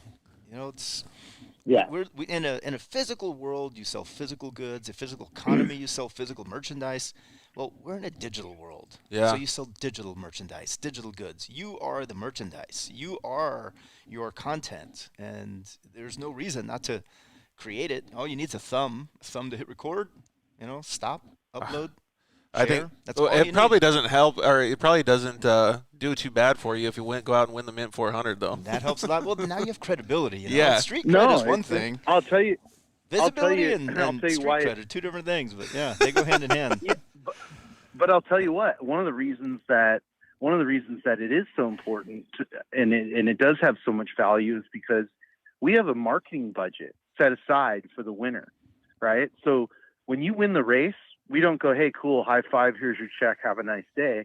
We're the only off-road race league that spends the money to put out a national newswire release and put your photo up in Times Square that you won the Mint 400. That's Then after that, you end up on the decanter for the next year, and we usually do, other things to reward that winner. So, it's one of the things that we look at as race promoters as very differently than any other race promoter is. I look at all you guys and I go, look, if I have 600 teams racing with me at the Mint, that's 600 little businesses that my job is to help them. Yep. Right. And help them get positive exposure. And so if you see kind of what we do, we dive down and we go, okay, you know what? We need to do some content around, class 11 guys. We need to do content around, we invented the military challenge to highlight all the military veterans that are racing with us. We work our asses off to do that because to us, it's important, but it's also value. If we're telling the same story, and it's if we're telling the Andy McMillan, BJ Baldwin, Bryce Menzies story, that gets old. Yeah. Guys are great, they're champions, but there's more stories to that. I mean, that's the beauty of off-road racing is we just published a story about a guy who's 61 and just won his class in Dakar. And he's sponsored by King Shocks, and it's like an impossible story, but it's a fantastic story, right? That's what people want to read about. And Dude, get behind. They want to go, oh, you know what?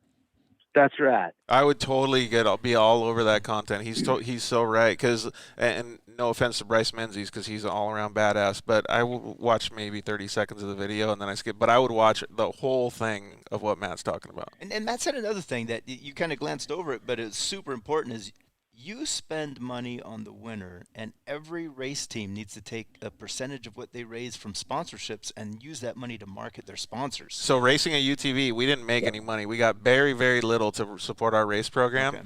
Every single penny that I had left over after race entry fees was given to a videographer to have fun with us for the weekend, not to do a race report.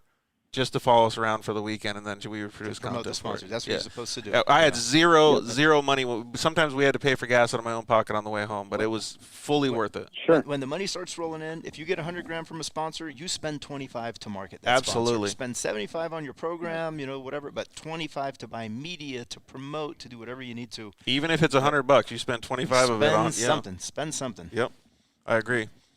Yeah, and honestly, I think that. We're just scratching the surface. We're barely beginning to unlock what I think the true value of off-road racing is.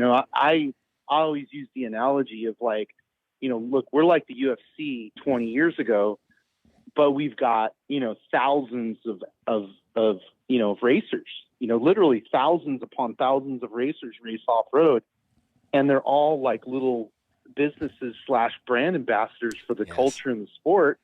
We just have to, we have to help leverage that, into the next evolution of off-road racing. Especially because of UTVs, man. UTVs have built that for us, man. It's awesome. And you said it right. Every race team is a business, and you have to view your sponsors as your vendors, your suppliers, your partners. Yeah. You are a business, and those are your B2B partners. Well, what would you suggest, Matt? Because we got one more call that we got to get to tonight. But what would you suggest as one tip for little Billy that's racing his trophy cart that's only got 200 followers on social media? What would you suggest to him to be able to take the next step to develop his program? I mean, a simple one is just get somebody to take good photos of you. Action, lifestyle. Make sure that when you do post stuff on social media that it's pro. It looks good. Yes. It's not, it's not garbage content. We've got enough bad content out in the world. Nobody needs anymore. And it doesn't have to be crazy, especially in the beginning, but have a plan to build your race career, i.e. your brand. And, it's going to take investment. You can't go in and ask people to invest in you if you're not willing to invest in you. Yeah. That's a very good point. Yeah, and then I like that. What about little small things like having your buddies share it on social media, asking organizations that maybe your parents are associated with to share it and to be able to understand and spread your good photos out and expand your network. Oh, for sure. Look, people forget that social media is networking, right?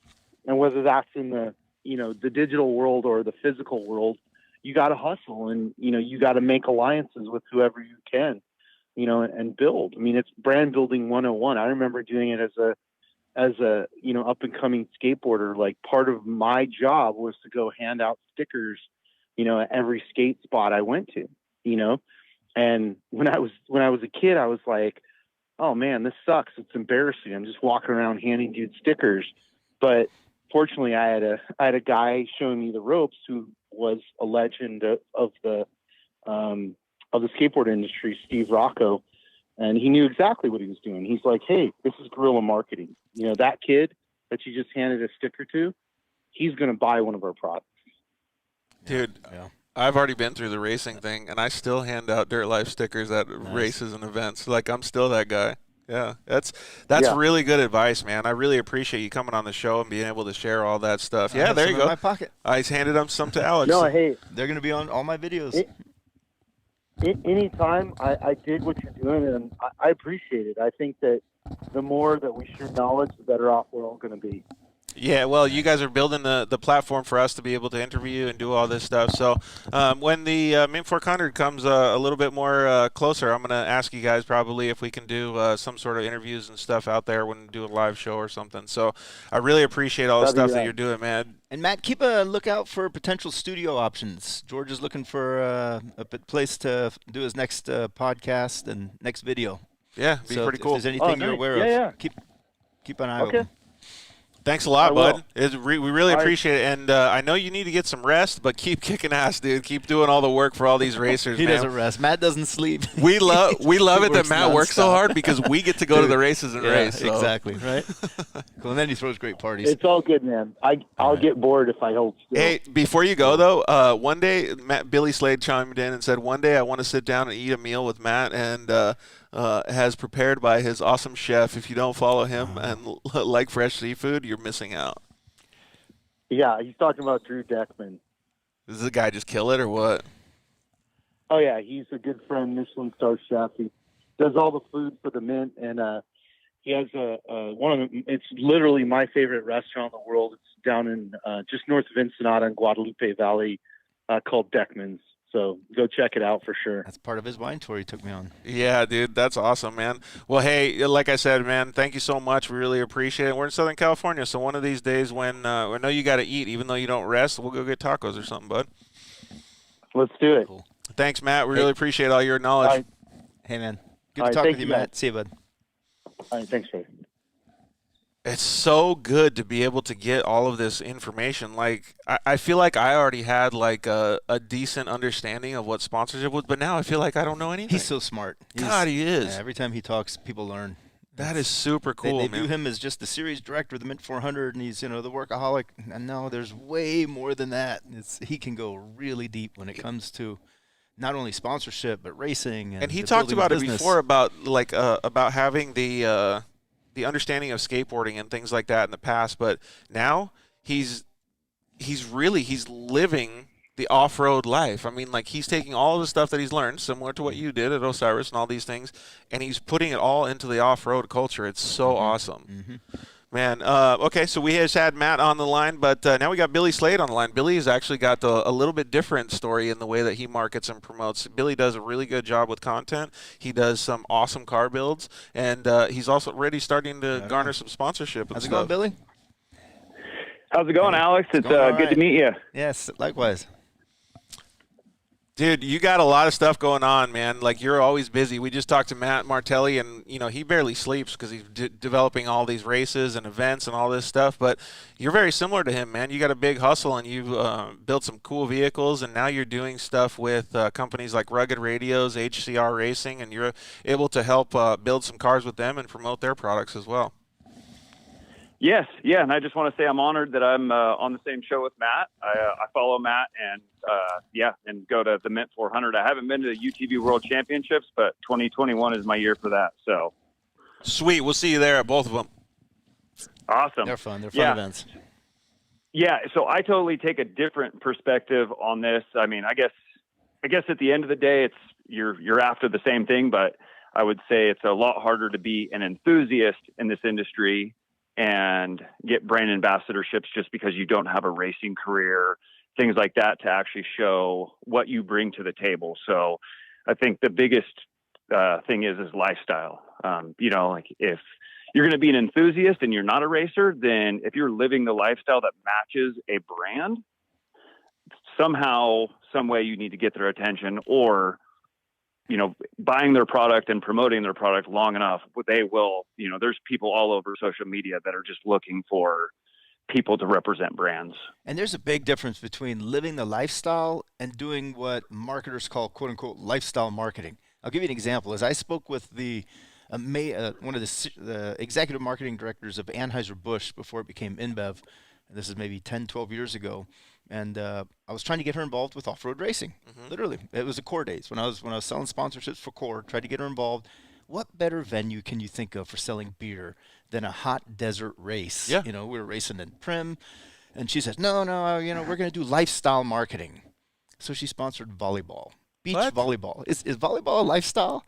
I couldn't believe maybe it. But, to some, she I guess. was a volleyball player, so she thought volleyball was a lifestyle. I view off-roaders, they have more beer bellies. When volleyball players, kind of six-packs, they got nice abs. Fit. Right. They're ripped. You don't view them as Budweiser drinkers. Right. So the definition of lifestyle is often misconstrued in marketing. There's a big difference between living the lifestyle and doing what brand managers or marketing directors call lifestyle marketing. There's a big nomenclature mismatch there. That makes actually a lot of sense. So you kind of get what he's saying, right, Billy? Yes, I do. Billy lives a and lifestyle. I think, right, exactly. Yeah. What is a lifestyle? It's somebody's view on what a lifestyle is, whereas lifestyle marketing is the view that one person has that what they're pushing and aim towards. Yeah, you're doing it because it's what you would do whether or not you're getting paid. She did it because Correct. she's trying to make money from it. Yeah. Big difference. Right. Yep. Yeah, and this is just, like I said, literally a lifestyle for me. I mean, I eat, sleep, and breathe UTVs and deserts, and so my wife had a kind of she was like, man, we go to the desert a lot, and she tells her, she is a hairstylist, and she cuts hair, and they're like, man, you sure go camping a lot. I don't see how you're like out there. And it's like, well, when you're in a motorhome and you're out doing what you love to do, it's not, you don't really see it as roughing it. You see it as living a dream. It is. Yeah, exactly. We all live the lifestyle of off-road. We just happen to also, fortunately have this as a business and a way to make money or hopefully generate business from it. Well, we were talking about social media and how it can be even more powerful than winning races, right? And Matt kind of chimed in on it. You don't have to be a Ken Block to be the successful social media guy, right? You just need to be able to communicate that same lifestyle like what Billy does. And you can check out his social media. It's BS 24/7, 365. That's a good one. Yeah. That's a great one. 24/7, Most people don't know what that is. They're like, that's BS. That's great. Why? That's great. Yeah, So- most people are like, why do you have so many letters after your Oh, initials? that's And it's awesome. like, think about it, and they're like, oh my gosh. What a great one. So- I'll never forget. Yeah, that's why I slowed. Especially the BS. That's why I slowed down as I pronounce each individual word. But 365. so, first of all, that's a call to action, right? So it's like, oh wow, is this dude going to be serious or not? Like, so it's a nomenclature to go look at the site. Like it's nice. And right now he's doing a very good job because he's really promoting it from a grassroots level. Hey, you know what? I'm out here at the dunes. Nice. I'm having a great time, Nice. and I'm doing these things, and I'm living the lifestyle. Nice. Not the opposite Yeah, of what the You're not going there as work on a weekend to create content because your boss is sending you and putting you up at a hotel. You're doing it because you're going to do it regardless. Right, exactly. Yeah. And some of the stuff that he's able to do and the way that he's able to focus on the products is really good as well because he's able to show Excellent. it. He even did, what was that thing that you did with Rugged where you got to go do the car build with him, Billy? Yeah, so that was I basically went as a representative from HCR Suspension to go build a Destination Polaris car for one of their Project X shows. And it was actually the family truckster from National Lampoon's Christmas Vacation. So it was a themed car, and I got to go spend a couple of days down there and do a bunch of skits. And some of it made it to the air, some of it didn't. But it was a super awesome time, and I was honestly honored to be asked to go down there and do it. So that was actually a lot of fun. You remember when you said, Alex, that if a company had 1 million marketing representatives, they would already just be there? Well, in this case, he was their marketing representative. Nice. So he got the opportunity to do it because of that. Well, when did you first start building cars?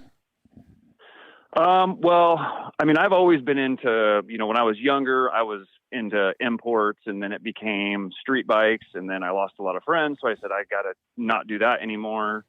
And then as a young child, my dad always took me to me and my family to Sand Mountain, which is up in right outside of Reno in Nevada. And so I've been kind of in motorsports my entire life, but never in a race aspect. So fast forward a few years ago, I have 20-something thousand photos on my phone. And I told my wife, like, maybe I should do something on social media because why am I taking all these pictures if I don't share them with the world? So nice. I started an Instagram and, fast forward to today. What a great name. I mean, only one other person I know has a name as good as that. That's the Instagram handle? 24/7, 365. It's pretty good, right? Ken Johnson, who was commenting earlier, you know his Instagram handle? Ken. Yeah. That's awesome. That's pretty awesome. Hey, look up 18 on Instagram. I think that person has like 10,000 followers in one post. It's like 18. That's it. Oh, man. He really got 18. That is dude. Yeah.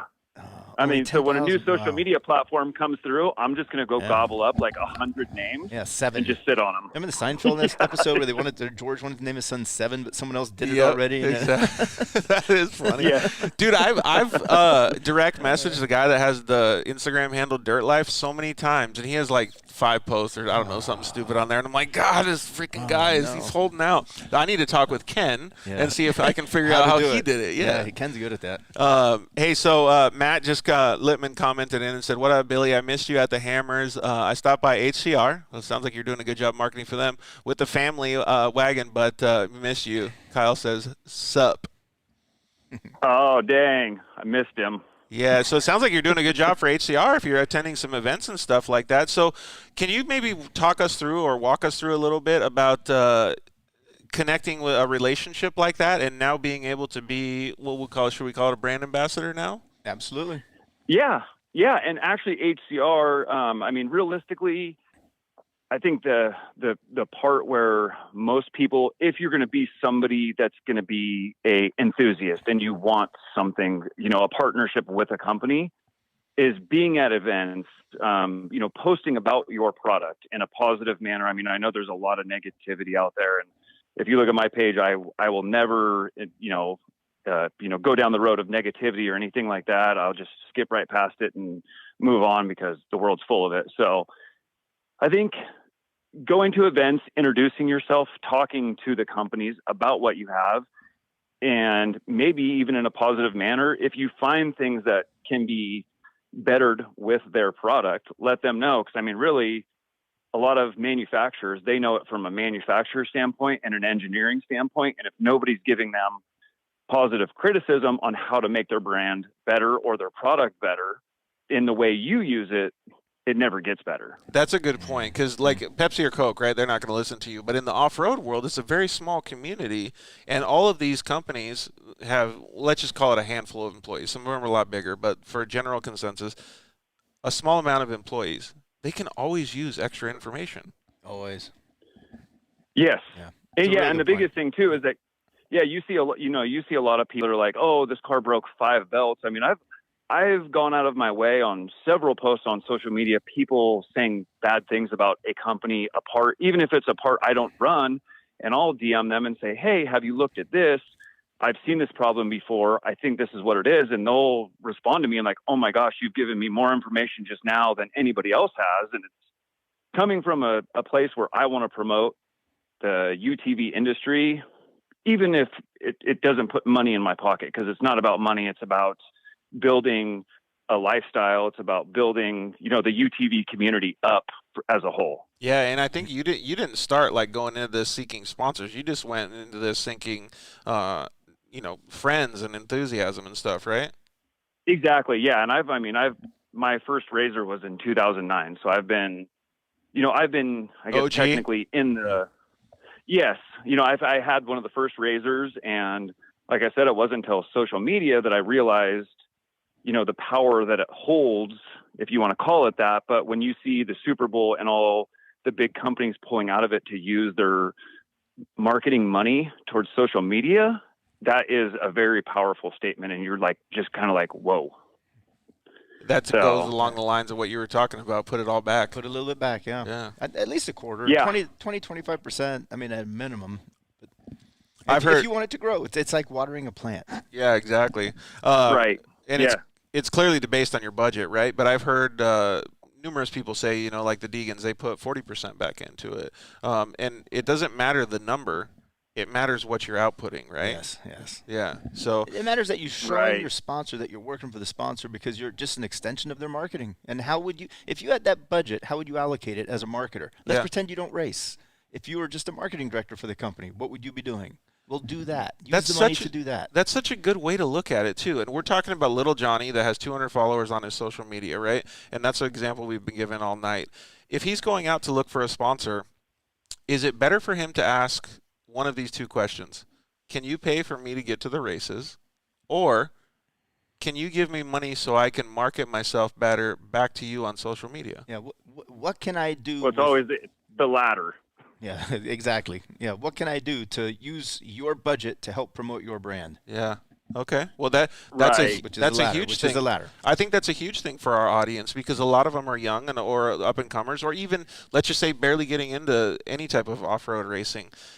Maybe that's the approach that they get. And none of the young racers know that. You have to tell them. All the younger ones, the trophy cart kids, now it's the 170 RZR kids. You got to teach them that. That's right. And mod cart kids, go ahead. Teach them that. Teach them that they are representing brands and they're working for the brand. And what would you do if you're in charge of the budget? You know what's cool is all these kids, right? They have parents, and their parents are, if they're doing their race program correctly, they're teaching them business skills during the whole time. It's really phenomenal that they have the opportunity to do this through racing. That's what I did with my kid. Sweet, when he raced. Right. And I think a lot of brand ambassadors, and maybe I shouldn't say a lot, but some see it as a one-way street. They see, I get product, I'll throw a couple of posts up, check that off the list, move on with my life. And I look at it as I want to give back whatever the retail value was, whether it be product, a trip to an event, things like that. I want to give that dollar back and times that by 2 in content and, basically spending the time to make sure that they're happy. Yep. And I think a lot of people, they start because they're really excited, because whether they got a light bar or a set of tires, things like that, they start out with the proper path, and then they get sidetracked, and then it kind of falls off. And that's where you won't get the next year or the next build that you do. Companies are going to say, no, it was really great at first, and then it was just gone. Yeah, you got nothing to show them. You have to show them something. Exactly. Always under promise and over deliver. But that's what you were talking about, Alex, about the I just lost I had a brain fart, but proof of performance, showing the sponsor so that the marketing director can show the CFO can show the CEO why this is a good investment they need to renew. Right, and if you're little Johnny, your proof of performance is a little bit less or whatever it is. But and there are two different proof of performances, but that's a workshop onto itself. Well, let me ask you this question, because you might actually be talking about the same thing here. Is I was thinking the proof of performance can be used in two ways, right? You're giving results to your sponsors. After every event, it's a one-page summary, like Matt said. It should also be a gauge to yourself in your head what you can keep going and building on. And right? not only that, but you're collecting content for next year's deck and next year's proposal. Okay. Yes, exactly. So you have periodic proof of performance reports that are the one-pagers that you give after everything you do. It doesn't have to be a race. You go sign autographs at you went to stores and you parked your truck out in front of stores. That's O'Reilly's. That's proof of performance. Show them that. And then at the year end, you have a comprehensive proof of performance report, which is a consolidation of all of those individual reports. And that's a nice, fat, like coffee table book that you bind, have it professionally printed and bound, hardcover, make about 5 or 6, give it to the marketing director, the CMO, the CEO, the CIO, give it to the C-suite of the company, maybe the owners of the company if it's a small company. That way they have this big, thick book that shows what you did for them. And you read it yourself, and I use that as your Bible for improvement for the following year, too. Well, here's what happens is if you have nothing to send, the race season's halfway through, you're mid-season, and you have nothing to give them, you're like, oh, shit, I got no performance. Then you better go start creating media. You better go start creating something. So it is your gauge to determine whether or not you're creating that content that adds value for a sponsor. Is that something that you're able to do in the way that you market and do stuff, Billy? Yeah, and what I try to do is I will, after events or trips, things like that, I try to be really active, especially on my stories on social media. I'm sure you've probably seen some of them. Some of them are actually, I try to put some humor in there too, so it's not all just serious, but also, like my flat tire adventures on the trailers and random stuff I see driving down the road. Lifestyle. But what I try to do... Personality. What's that? Yep. Lifestyle. Yeah, exactly. Yeah, so it's not just a picture or a video on my page, but for my actual, people that truly follow me because they want to see the content that I create, I try to do try to be more active on my stories to kind of give them a beginning, a middle, and an end. And then after a trip, post a couple of pictures. But also what I like to do is I will send, sponsors an iCloud link to photos and videos that way they can use as original content, whether it be on a week that they don't have anything, or if they just want to put something different into their lineup, things like that. So good. That sounds good. It really is good. The cool part about it is it gives you, like for me, it gives me a different understanding and a different perspective on what companies think is valuable, no matter what. Like we talked a little bit about it before, Alex, is I think I've been doing a good job, right? I thought I treated my sponsors good, but every time I hear like you talk, Matt Martelli, Ryan Beat, Billy, everybody that's come on the show, even when we were talking to Lee and how he was giving us kind of the backstory, it makes me think that there's so much more opportunity and so many more things that I can learn to be able to help people further. Well, that's why we're doing this. I right? know. That's why you're doing this show, right? It really is. Yeah, man. and also giving back to your followers, whether you have 50 followers or you have 10 million followers, is making them feel like they're part of something. So I like to do like giveaways, scavenger hunts, things like that. And also just random stuff like pick a name for something or whatever it may be. So that way you're interacting with them, because that's going to retain them longer. And it's also going to feel like they have a connection to you. And that's what a lot of people miss, is you can have 100,000 followers, but if none of them are interacting with you or they're not dedicated to your page, it's basically a useless follow. Exactly. Yeah, exactly. 100%. You need triggers for them to share. What are you giving them that they're going to want to share with others? Hey, so I just actually got a personal text message asking, does Alex do freelance work? So it sounds like some of these racers may need a little bit more help. I'll connect you guys. But I do think it's really cool that you're activating this way, Billy. And I know Billy, and I talk to him maybe a couple times a month or something. But Billy was also saying, hey, you know what? Like, I'm enjoying doing all this side-by-side stuff so much that I might spend some time doing a race like KOH and putting my son in the passenger seat. Whoa. Yeah. Whoa. Yeah. So after going to King of the Hammers this year, I'm like, man, I mean, let's be realistic. Out of 104, I think 40 UTVs, 43 finish in the 8-hour time frame that they give. I mean, if you don't, I mean, obviously I would want to win, but I need to be realistic. If I could just go there and finish, to me, that finishing is is winning. Yeah, finishing is winning when it comes to King of Hammers. Exactly.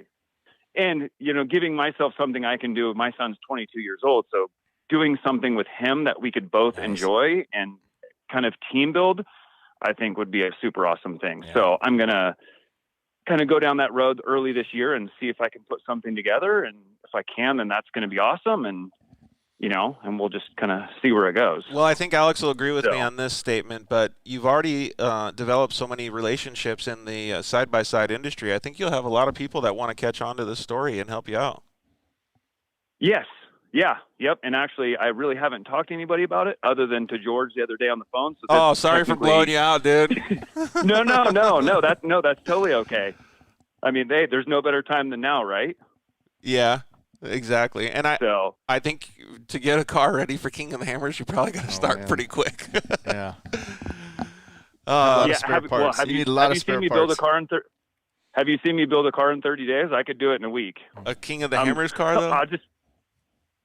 Well, I mean, obviously you got to do testing, but yeah. I mean, when I'm a motivated person, when I put my head down, I just go to work. Yeah, you're like every other person that's called into the show, right? And doesn't sleep. Right, exactly. It's our personality, right? We had John Lewis just commented in and said, I have a feeling there are going to be a number of people that will be listening to this episode more than once. Well, John, I really appreciate it. Yeah, and, thank you, John. And Christy commented in and said that George, the Dirt Life rocks, and a few other things. Thank you very much. But I really think that it's all of you guys. It's all of you guys that are listening to the show, supporting it, and obviously the guests that we have. We had some phenomenal people on the show tonight to be able to spread information. These people are giving you guys free information, so whatever you guys can do to go back and support them, follow them on social media, look at the things that they're doing, help support the brands that they are associated with, like myself, and just be a part of it. It really, really helps everyone, and we're trying to get this information out to you as much as possible, and I really hope that we get some positive direct messages and text messages that it did help out in your guys' programs. Well, thank you, George. You made all this happen. Yeah. This is all you. Yes, thank you. And I want to add one other thing, too, is that, you know, once again, whether you have 100 followers or 10 million followers, I mean, you could change someone's life and not know it, whether it be with a build, a race program, things like that. So even if somebody doesn't comment saying you totally changed my thinking mentality and I want to go down this path, just know that, you know, that you can make those changes in somebody's life, even if you don't ever know about it. I mean, Billy, that's a really good point. It's one of those things. People are always watching, even if you think they're not watching. I heard a good saying once that I will never forget, and I've kind of applied it to my life. And in raising my children, I have 4 children, that it says, a mind expanded by new ideas will never go back to its original boundaries. I love that quote. Perfect. I love that quote. And I use that with my kids. I haven't really said it to them all the time, but I try to make them think wider than what they've thought before. And then see where it goes from there. I live my life, I don't want to be the quote guy to keep going with it, but I live my life by a quote that's very similar to that. If the eyes of perception were clear or open, the world would seem as it really is, infinite. Oh, that's good. So it's the same basic concept, though, right? Is that Aldous Huxley? That's probably Aldous Huxley. It's William Blake is the one who said it, and I probably botched it. But anyways, like those mindsets are the same, and I think a lot of these people that you're talking about that have that creative influence, whether it be on social media or some other avenue that they do when they do public speaking or whatever it is, have that same openness. Well, with what I do, as soon as I explain there's a difference between a deck and a proposal, don't send one document out as the same thing for everybody. Yep. That's the aha moment for half the people I work with. I can because they're like, oh, there's a difference? I can use attest the same one. And I offered exposure for money, and I have A, B, and C, gold, silver, bronze. They're doing it all wrong. Yeah, but I can attest that. I've done it wrong for years and years. And a lot of people just, wow, I didn't know that. It was so easy, such a simple concept. Yeah, there's a big difference in just separating it. And well, how do you usually do it when you are trying to meet these new people and establish a bigger network for yourself, Billy? Are you going to events, shaking hands? Like, what's the normal process for you? Yes. So, I mean, like my partnership, my brand ambassadorship with HCR was calling about suspension. I had looked at their website probably a million times before I'd ever, and then I was like, well, they're going to be at this event. I'm just going to go and talk to them and introduce myself. And, and then fast forward to Camp Razor 2019. We camped next to each other and we camped next to each other and we hung out a bunch and then it just kind of progressed from there. So it really I wasn't seeking them out. They weren't seeking me out, but it was just kind of like, I think it's one of those things too. Like a lot of people are like, I want a brand ambassadorship with this company, but yet you don't fit the lifestyle that they're trying to promote. So there's a wall that it's almost impossible to get through. And then there's other people that it's just kind of like the cards just line up right. And it's just so. Well, one thing that I remember, and it kind of goes along the same things that Billy is saying, Alex, I don't remember if you wrote it in your book, but maybe you can remind me, is that you said that some of the most successful relationships that you were able to have aligned partners, let's just say Lucas Oil and some other partner, were stuff that was cultivated over years and years of just talking. Polaris is a great example. Took 5 years with Polaris. Wow. Just getting to know Polaris, getting to know their business, what they needed, and then it all came together when Shortcourse had the regional series really started to grow, and the trophy cart kids needed to go into a bigger car, but they didn't want to jump into a Pro 2 or a Pro 4. Guess what? Side-by-sides were there. It was a perfect progression. Took 5 years, and it also took Craig Scanlon to come in and run marketing. The prior marketing people didn't quite get it, but Craig got it immediately. But it was because you laid that groundwork, and the timing was right, and all of these different things came to fruition, right? 4 years of no's. Man. But no it doesn't mean no. No usually means they don't get it. So you have to buy time. Or not now.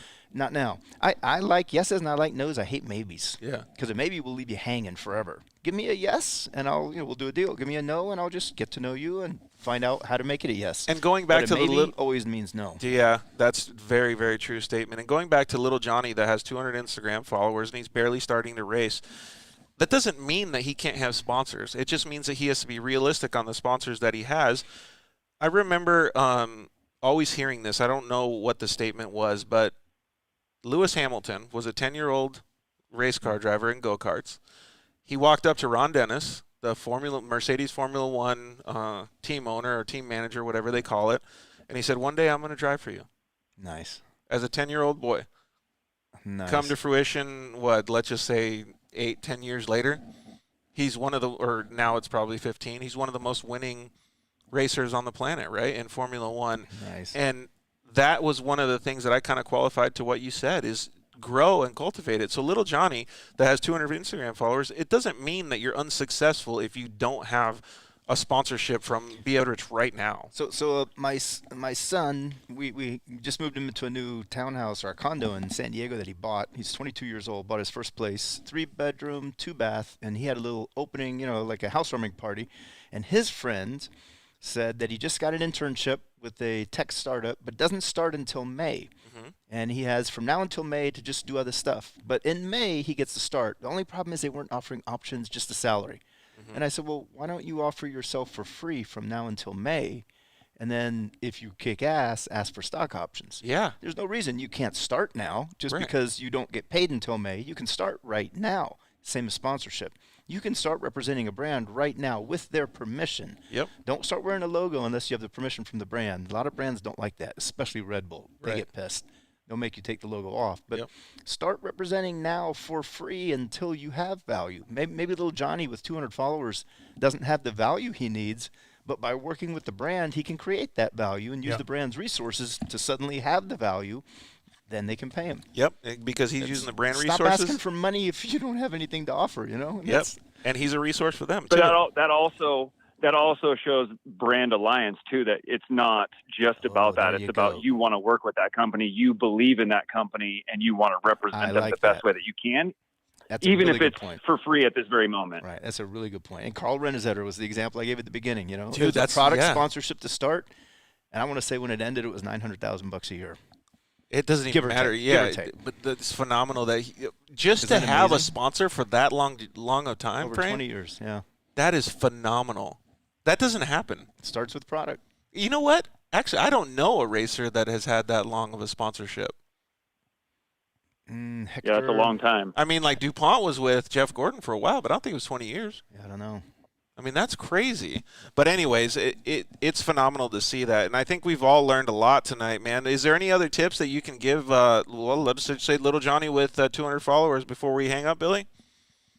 I would say if he has, you know, I mean, answer DMs or PMs, whether you're on Facebook or, you know, I mean, you never know who might ask the question. And once again, you never know whose life you might change. And it could be 5 years from now, but just like, you know, the comment that you made earlier is that, you know, kid walks up to a driver and says, I want to race for you one day. I mean, if the guy would have been like, you'll never race for me, that might have kind of, you know, sunk him a little bit. And maybe he wouldn't have gone after it as hard. But I mean, one or two lines can be motivational for someone in a time when they need it. So yeah, exactly. Absolutely. And you know what? I love getting messages from younger athletes. They all message me saying, you know, this, that, whatever it is. I love it. I mean, it took you 5 years, right? Yeah. I mean, that right. determination. And it makes, I'm not you even feel saying good that you could possibly change the trajectory of someone's life in a positive way. Yeah, and I'm not even saying I'm being like this inspirational dude. I'm just saying if they ask me, hey, like, what color car should I have next year? And I just give him feedback, I'll go follow that kid just because he was a cool kid. You know what I mean? Like he appreciated me enough to ask me my opinion on the color of his car.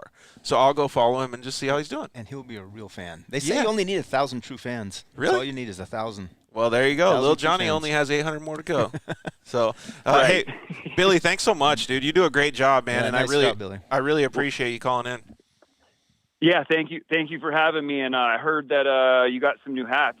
Oh yeah, we did. Oh, they're cool. I don't know. I got one. Yeah, I don't know if you can see them up there, but I'll take my hat off and just kind of show it. We got this red one right here. We got a gray one, and we got a new black one. That's pretty rad too. So the black one is actually a 5-panel one. So maybe we should do a giveaway with some of your content since you have such a good reach. I was just gonna say, yeah, let's do a giveaway. So for everybody that's listening or watching the show, the hats aren't for sale, unfortunately, because I don't want to run an apparel business, and we had so many sell out in the past 2 runs that we did. So we're just going to start offering the hats as more of like a VIP or a I don't know what you want to call it, athlete-based kind of thing. Yeah, I like it. So anybody that wins this hat is going to have a VIP hat. So maybe we should do. When do you want to do it, Billy? When do you want to do it? I don't know. You tell me. We got a Honda Swag giveaway coming up in the next week, so maybe we'll do it after Parker, so maybe in 10 days or so.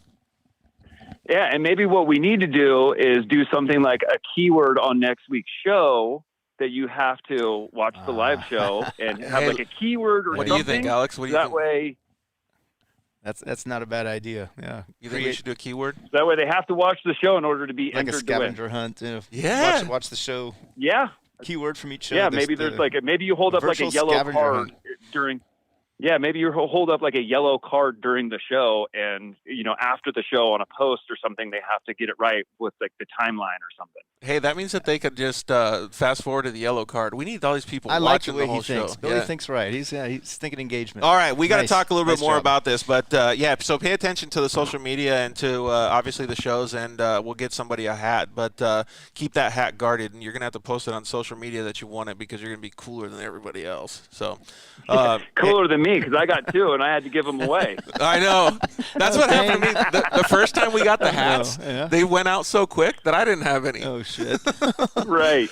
So I decided to keep some of this next run. Hey, thanks so much for calling in, though, Billy. I really appreciate it. And thank your wife, Kristen, for letting you stay up late with us. Yeah, absolutely. Yeah, thanks for having me. And it was good meeting you, Alex. And, I'm sure we'll be talking to you guys soon. Likewise, Billy. Take care. Thanks, man. All right, have a good one.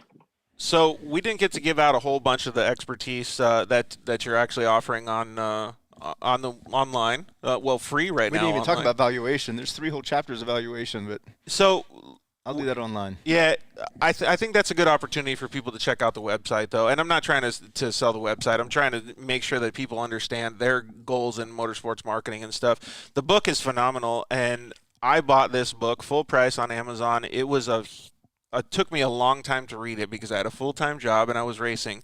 But when I got through it, I kicked myself in the ass and I said, you know what? You should have stopped what you were doing and read this before.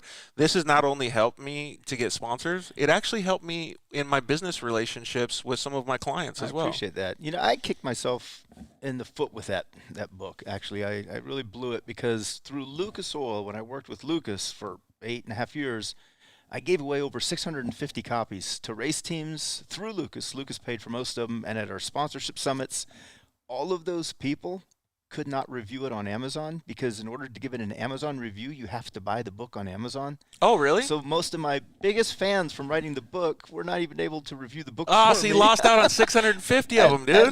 At least. Man, that's awesome. I kicked myself in the butt on that one. So the next book, which I'm gonna actually publish a new book in about a month. It's called Marketing to Americans. Oh, perfect. It's my latest. It's my effort to try to bring foreign money into the United States for motorsports and grassroots marketing. I'm trying to attract some foreign brands. Stepping up the level. Yeah. That's awesome. But this time I'm only going to sell them because I need people to review the book. Even if I have to buy it and give the person the money to buy it, I need them to be able to review it for me. Well, if we have an opportunity right now to help out some of the listeners, go and buy the book and do a review on it too. But I would suggest that you can take advantage of it, of looking at the website. I forgot what you said, that Ford was helping you out and that there was a code. If you go to alexstriler.com, it's ALEXSTRILER.com. Okay. My workshop is $300 for a subscription to it, but until February 28th, Ford is covering it. So it's free until the end of the month. You got 2 more weeks to take the entire workshop, all the videos, all the content, the Martelli interview, everything free. Yeah. And there's Ken Block interviewed on it. Ron Capps is interviewed on it. It's not just dirt. It's all racing. Well, I can tell types of racing. I can tell you that I looked at every single one of them or read every single one of them, and thank you very much to Ford for doing that. That's cool that they were able to help you out. The whether you do get it, step on it and get it for free, and have use the code that Ford has. Or not, I would strongly suggest, even if it was $500, that's the best $500 that you could spend for your racing program, even better than tires, because that will give you the knowledge and the ability to be able to go into your racing program and be able to talk with people, be able to network better, be able to understand what they have better, and then within the next 6 or 12 months, if you do it properly, you'll get those tires back for free because you did it properly. So it was really good knowledge, and I appreciate you offering that, whether you have to pay for it or not. It's cool. In a digital world, you got to go online. That was my attempt. It's pretty cheesy, some of the production value, because I did it all myself. And when you hear the audio interviews, they're pretty bad because they were done in 2013 in bars and at races. You hear race cars going by. It's authentic, though, man. You're from Toyota's talking, but yeah, but at least the content I think is solid. The information it is what helped me raise tens of millions of dollars from sponsors and. Yeah, it's just everything I ever learned. I just put it on a workshop. We didn't even get into that, like the career path that Alex took. We didn't even get into that. We can't keep going because we're already at 3 hours and 15 minutes for the show. So I don't want it to be too long. Maybe what we should do is get you back on the show. You're like Joe Rogan now. I know, right?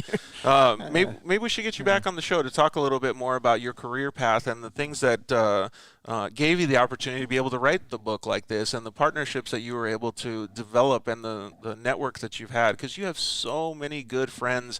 I mean, obviously, they're commenting in and stuff that are in the industry. I think that my history would bore people. But I could bring some of those friends in, and we could talk about how – with their knowledge, racers and off-roaders can make more money, represent sponsors. Okay. But I'm with you. I'd gladly come back on the show anytime. I think it would be sure. I think it would be really cool. I mean, you don't want to hear my history. I'm a boring dude. You know what's funny is I always think that about myself too, and I've already had a bunch of people ask over the last 72 episodes, why the hell haven't I got interviewed yet?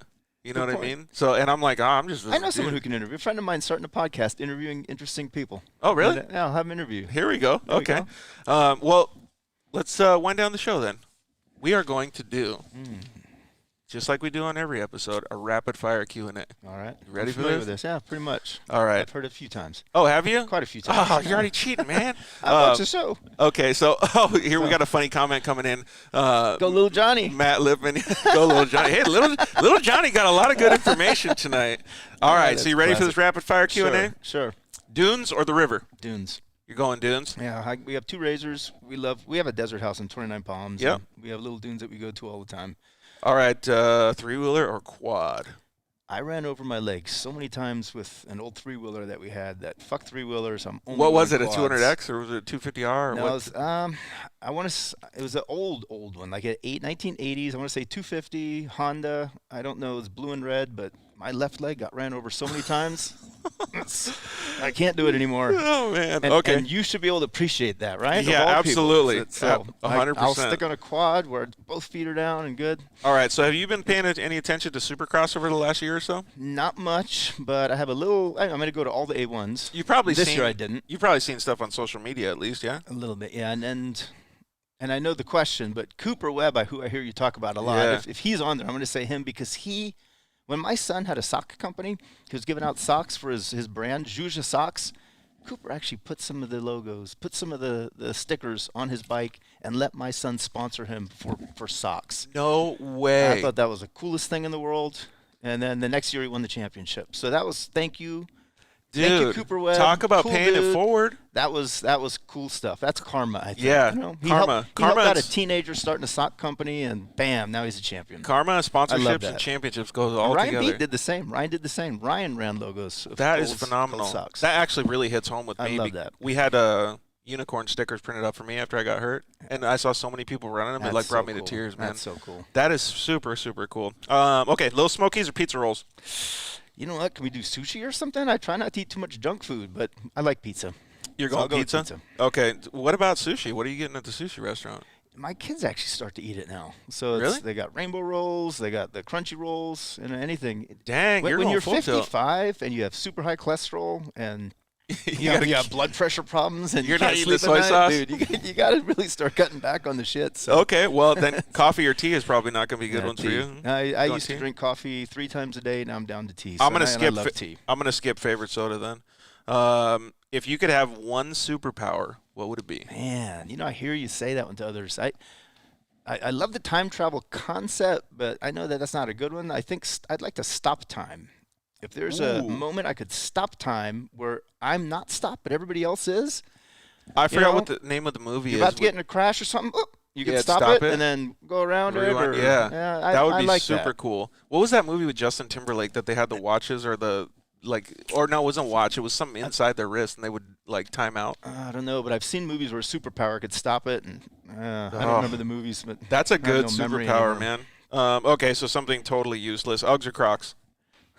That's funny you say because I have both. Do you? And I will not wear them in Sweet. public. I have a farm, so I have a couple Yeah. acres and I have a grove and chickens. When you go feed the chickens, you have to wear Crocs because you get chicken shit on your feet. No matter and you what? Have to, and you have You to have to wash your hose shoes. them off? Yeah, I have to hose them off. And when we go to the dunes, you get sand in your toes, so you put on Uggs. So I don't know. Well, I won't admit it, but I have both. This question, I'm going to lengthen it a little bit. It says most memorable race, but I'm going to also say most memorable event because there might have been something in your career that was a little bit more memorable than a race. Well, okay, so the most memorable race was in the 70s when we lived in England. We actually saw at Wimbledon, a Formula One, I guess, where Niki Lauda and James Hunt were racing, and James Hunt won the race, and we just my family sort of crashed the party. We're standing in pit row, and they pulled up right next to us, and I want to say they were 10 feet, and I was a kid. I was in 6th grade at the time. Most memorable event, though, is more important, and that would be Travis Pastrana's double back. I've never seen anything like that in my life. I don't think I ever will. Yeah, a double backflip on a motorcycle? That was I mean, phenomenal. Seriously. Oh, here we go. I got a text message from Jessica saying it was called Inception. Inception. Yeah. Nice. So Thank you, Jessica. I don't want a timeout though. If you can stop time, cool, but not stop time for yourself. That's a pretty memorable race, man. Favorite flavor of ice cream? Anything Ben & Jerry's, but if I had to do a single one, I'd actually back it up and go to the Haagen-Dazs chocolate dip bars. Oh, you're The going vanilla full ice cream tilt? with chocolate dip, almonds on it. Fuck. Really? I ate 3 of those the other day because I had the munchies. I think somebody has a sweet tooth over here. Trying to eat healthy, right? Dogs or Pizza. cats? I was a dog guy my whole life until I got cats. Now respect goes out to cats. I Yeah? have both at home, and cats are stealth, but dogs are more buddies. Yeah, You know, exactly. my dog is my buddy. Oh, well, you already answered this question. Netflix or YouTube? YouTube. Yeah, you're going YouTube Yeah. all day, huh? Southern California, burrito or taco? Wahoo's fish taco for sure. You're going Wahoo's? Yeah, dude, Wahoo's I have is good. to go Wahoo's. I I know Wing, and he's a good dude, and he's always serving at Supercross. So How can you not like Wahoo's? Speaking of sponsorships, there's 2 things that I've learned. Tacos are a good place to meet, to sell sponsorships or to garner sponsorships. And bicycle riding for a lot of guys is like going on the golf course and talking about stuff. No way. Yeah. So that's that. two things that I've learned about. And so little Johnny, start learning how to ride a road bike, buddy, and or eat more tacos. Supercross or motocross? A1. I love the pits at A1. But also Hangtown. I mean, to watch the race, it would be Hangtown. Yeah. Motocross. What about for you if you're riding it? Going motocross or you going if I was supercross? riding it, I'd have to say motocross. Yeah. So I can't do the supercross jumps. Yeah. The timing and stuff. I'd rather go slow over the faster track. Well, speaking of what you want to do, what other form of racing would you like to try? I thought about it. That's a good one. The one that looks really fun is sprint boat racing. Sprint boat? Is that it's like motocross on boats. It's the when they have like the grass on the sides and they cut through. In and out. They're going through the bayou. Dude, have you seen when those guys fuck up though? Oh yeah, they roll. And they get stuck underneath. But they got the cage. Yeah. That's scary, but that looks really fun, doesn't it? Dude, yeah, I do think it looks fun. I would think that you would always get whiplash because they cut the corners and you're like you couldn't be a navigator. Yeah. All right, and the final question of the night: chips and guacamole or French fries and ketchup? Ooh, if it's homemade guacamole, absolutely chips and guac.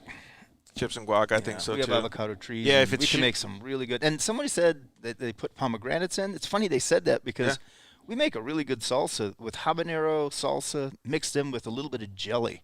If you like I'd be grape all jelly or over something, that. it's so freaking good. Or mango jelly with habanero salsa. So basically, this whole ride that you're talking about out in the Palm Desert is you get to network. I'm clearly going to eat some of this salsa. Yes. Oh, yes, man. Yes. You can sign me up twice for that thing. You'll like it. It's a good ride. It's all marketing directors. So I really do think that we should have you back on the show. I'd like to see if we could get some some questions and stuff from the fans that are listening to this show. Maybe send us some DMs or shoot us an instant message on Facebook, or even come through the website, or text me or whatever it is.